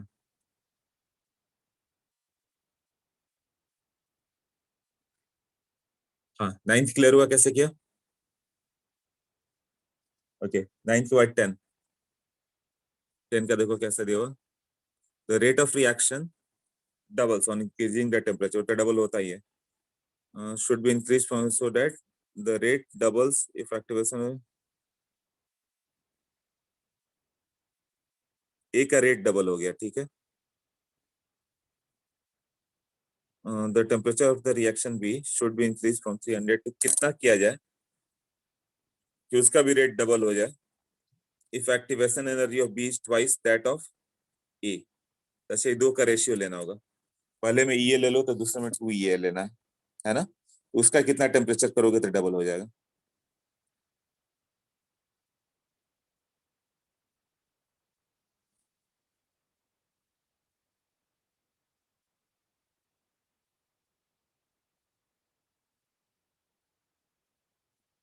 तो जो अभी क्वेश्चन किया था उस पर आ जाएगा।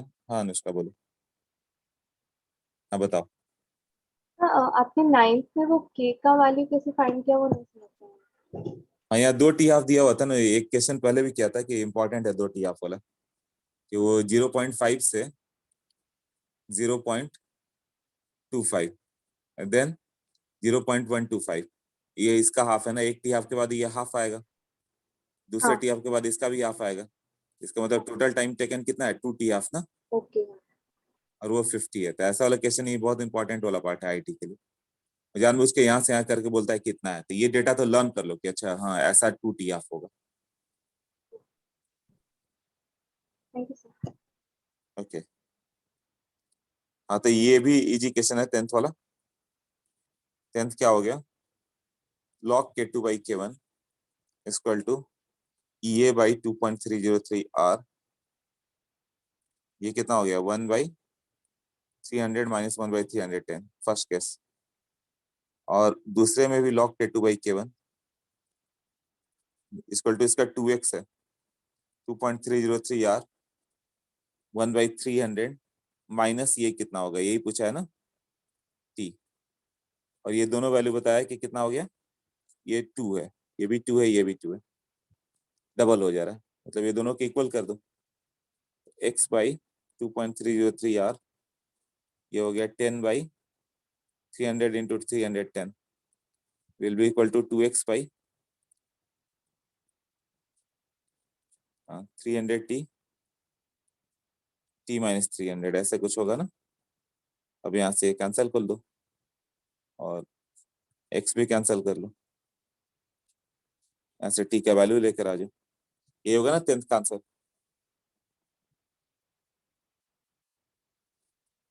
ओके 13 देखो, at 518 the rate of degree centigrade, the rate of Celsius decomposition of sample gaseous acetaldehyde initially at the pressure 360 torr है, 363 torr was 1 torr per second when 5% has reacted and 0.5 torr per second when 33% has reacted। Order क्या होगा इसका।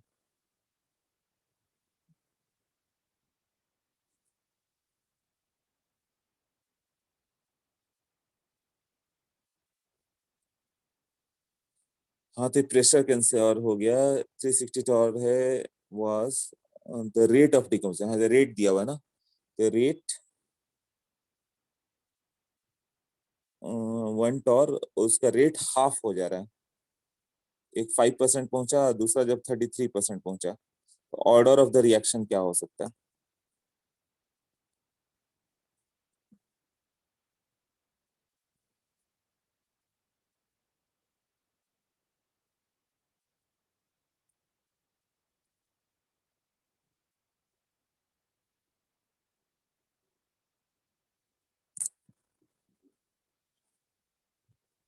Rate with the concentration, rate equal to K raise to N करेंगे।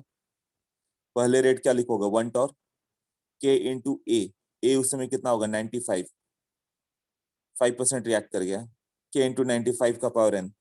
दूसरा कितना लिखोगे, rate 0.5, जब के इंटू 95 से वो कितना आ गया, 33% रिएक्टेड मतलब 67, 67 का पावर एन।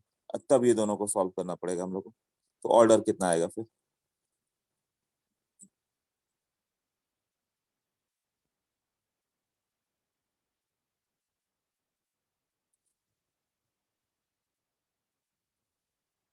हम्म, देखो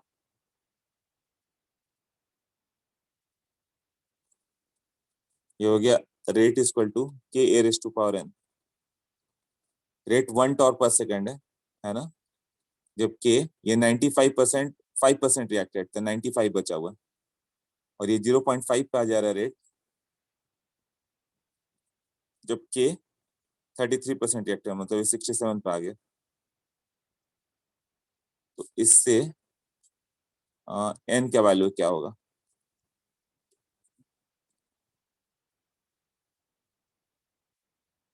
33% has reacted, 5% has reacted।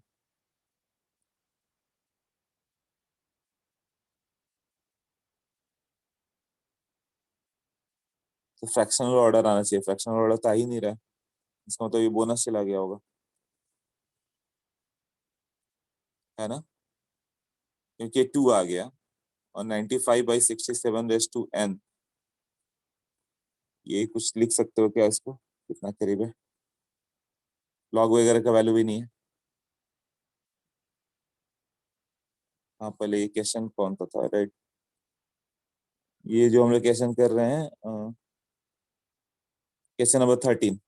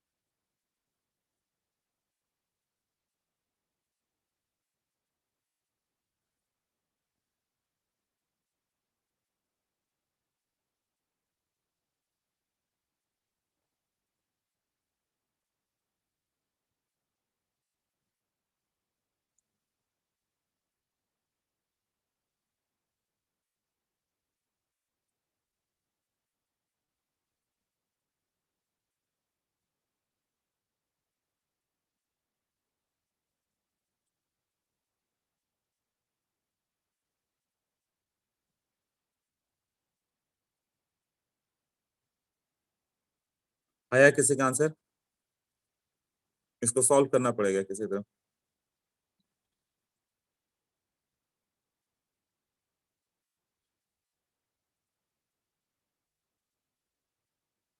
67/95 कितना करीब होगा, 6 into 1 70,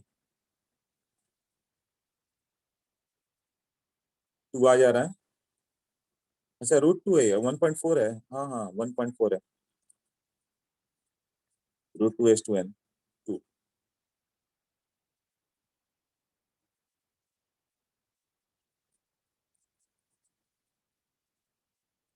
हाँ ओके, ओके अनुष्का करेक्ट, तो अप्रोक्सीमेटली 2 आ गया था, ऑप्शंस देख के भी ठीक।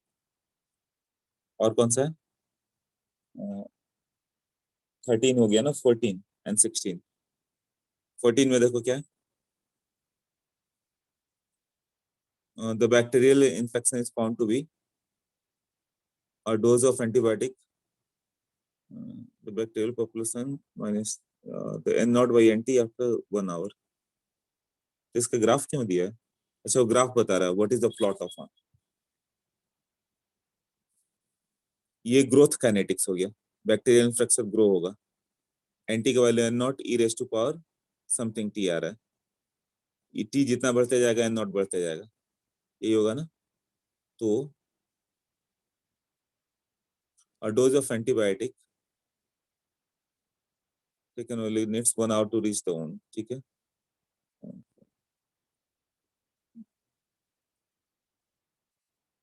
once it reaches there the bacterial population down to the 5 dn by dt is equal to minus 5 n square, है ना, dn by dt is equal to 5 n square, so what will the plot of n naught by nt versus t after 1 hour, 1 hour के बाद क्या होगा, right,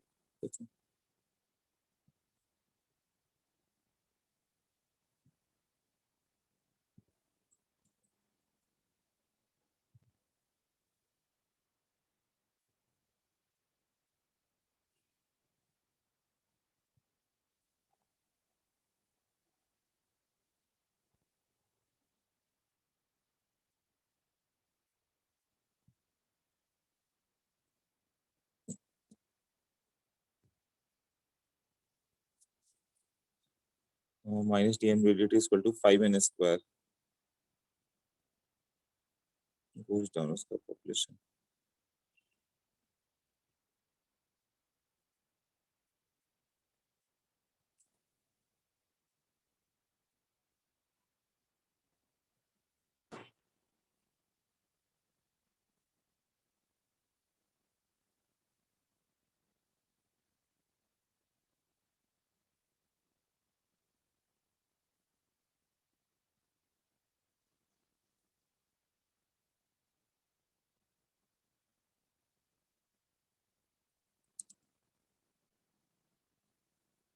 इसको पूरा तुम्हें ये दे दिया, बैक्टीरियल डोज पे पहुंच गया कि इतना आ गया 5n² तो चीज को तो पूरा इंटीग्रेट करना पड़ जाएगा हम लोग को, क्योंकि उस समय n0/nt चाहिए। तो dn/dt दिया हुआ है, इसको इंटीग्रेट करो तो क्या आ रहा है वैल्यू? एक बार आ जाए तो फिर n0/nt का क्या फॉर्मूला आ रहा है वो चेक करो।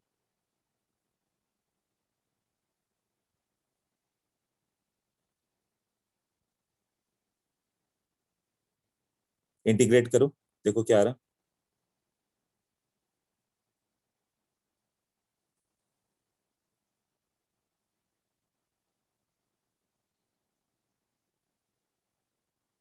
n0 है, t=0 पे n0 ले लो, और उसको फिर 1 आवर के बाद बताना है।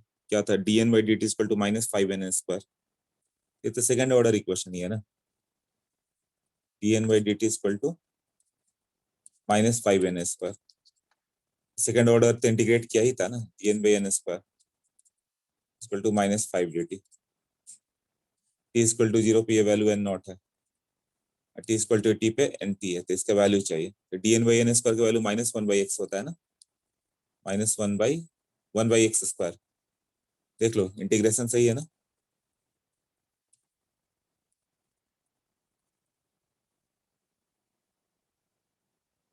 अच्छा, वो सही है, तो फिर यहाँ से 1/nt -1/n0 = 5t।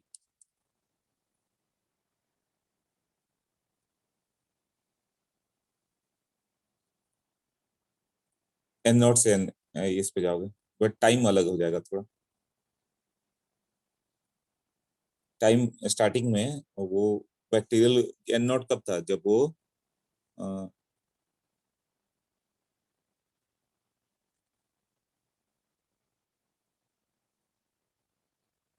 जब वो रीच कर रहा था, टाइम t=1 पे ऐसा था, 0 पे नहीं था। 1 आवर लोगे तब करना होगा। ये 1 आवर से लेके टी पे गया वो, ये 5t-1 हो।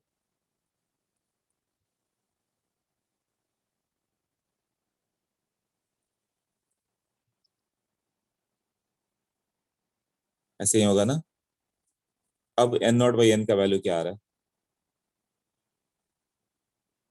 वो कौन सा ग्राफ दिखेगा? हाइपरबोला, पैराबोला, जो भी है। n0/n, n0/nt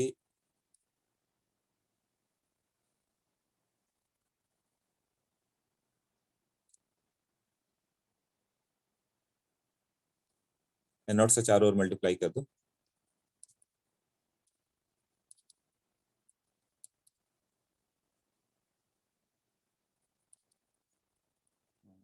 इसका किसके साथ पूछा हुआ?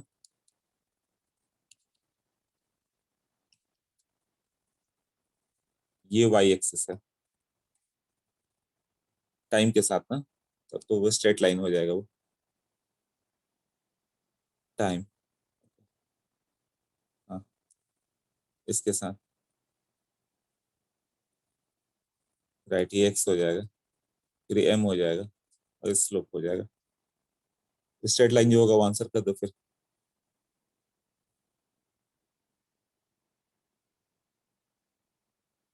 Okay, 16 NO2 required for a reaction to be is produced by decomposition of N2O5। N2O5 से इनिशियल कंसंट्रेशन ऑफ N2O5 दिया हुआ 3 मोल पर लीटर, एंड 30 मिनट के बाद ये 2.75 आ गया, तो यहाँ से K का वैल्यू आ जाएगा। A0 मालूम है, AT मालूम है, टाइम मालूम है, तो एक बार K आ गया तो रेट कितना होगा? K इंटू N2O5,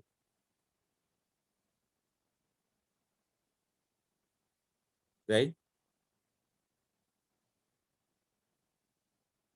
और अ,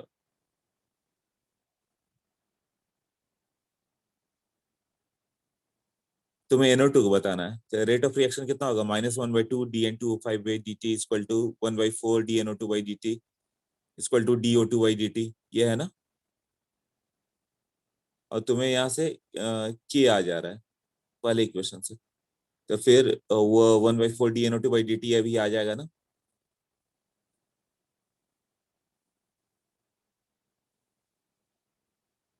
क्लियर हुआ जो मैंने बोला?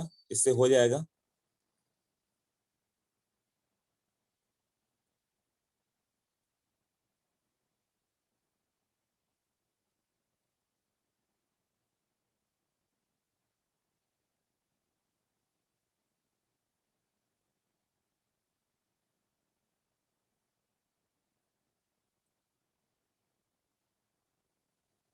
यस, हाँ 4 से करना पड़ेगा ना मल्टीप्लाई, क्योंकि rate -1/2 dn2o5/dt equal to 1/4 dno2/dt equal to do2/dt, है ना।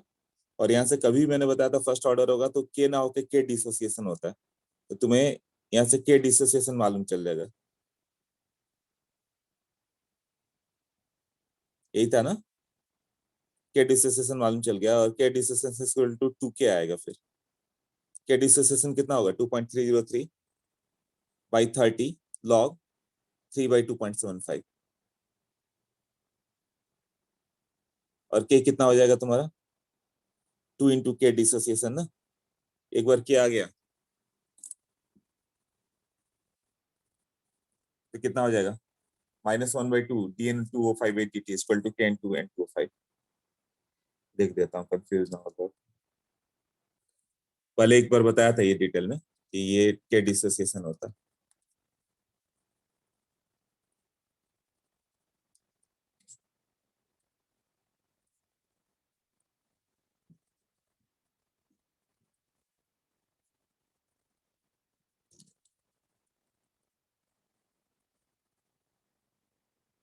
ये इधर मल्टीप्लाई होगा ना, इसका टी का जो वैल्यू आता है 2.303/2k log a0/80। यहाँ से तुम के निकाल लोगे, एक बार के निकल गया तो रेट कितना होगा? -1/2 n2o5/dt is equal to 1/4 dno2/dt will be do2/dt, that is equal to k into n2o5। ऐसा, अभी क्लियर हुआ ये?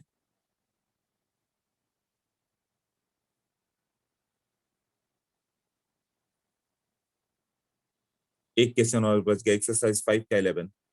फिर वही question, time taken for 75% completion, मतलब वो 2t होता है ना।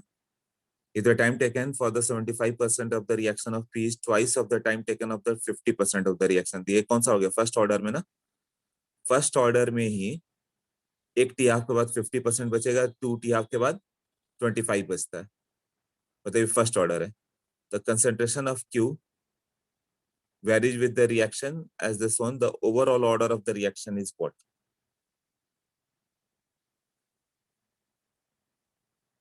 मतलब P का तो मालूम चल गया, फर्स्ट ऑर्डर हो गया, और Q का कंसेंट्रेशन डायरेक्ट लीनियरली डिक्रीज हो रहा है, तो Q जीरो ऑर्डर हो गया। लीनियर डिक्रीज जीरो ऑर्डर का ही था ना, एक्सरसाइज 5 का 11। हाँ, क्यू के रेस्पेक्ट में जीरो हो गया, और पी का डायरेक्ट वो जो मैंने बताया 2 टी हाफ बहुत इंपॉर्टेंट है। ये 100 से 50 पाया, 50 से 25 पाया, मतलब 75% कंप्लीशन। तो 2 टी हाफ, टी हाफ का डबल हो गया है ना, इसका मतलब वो फर्स्ट ऑर्डर है। तो पी के रेस्पेक्ट में फर्स्ट, क्यू के रेस्पेक्ट में जीरो, तो ये ओवरऑल ऑर्डर 1 हो गया।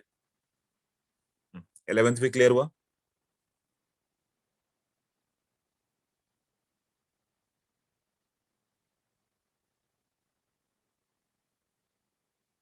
हाँ इजी था ना ये एडवांस के।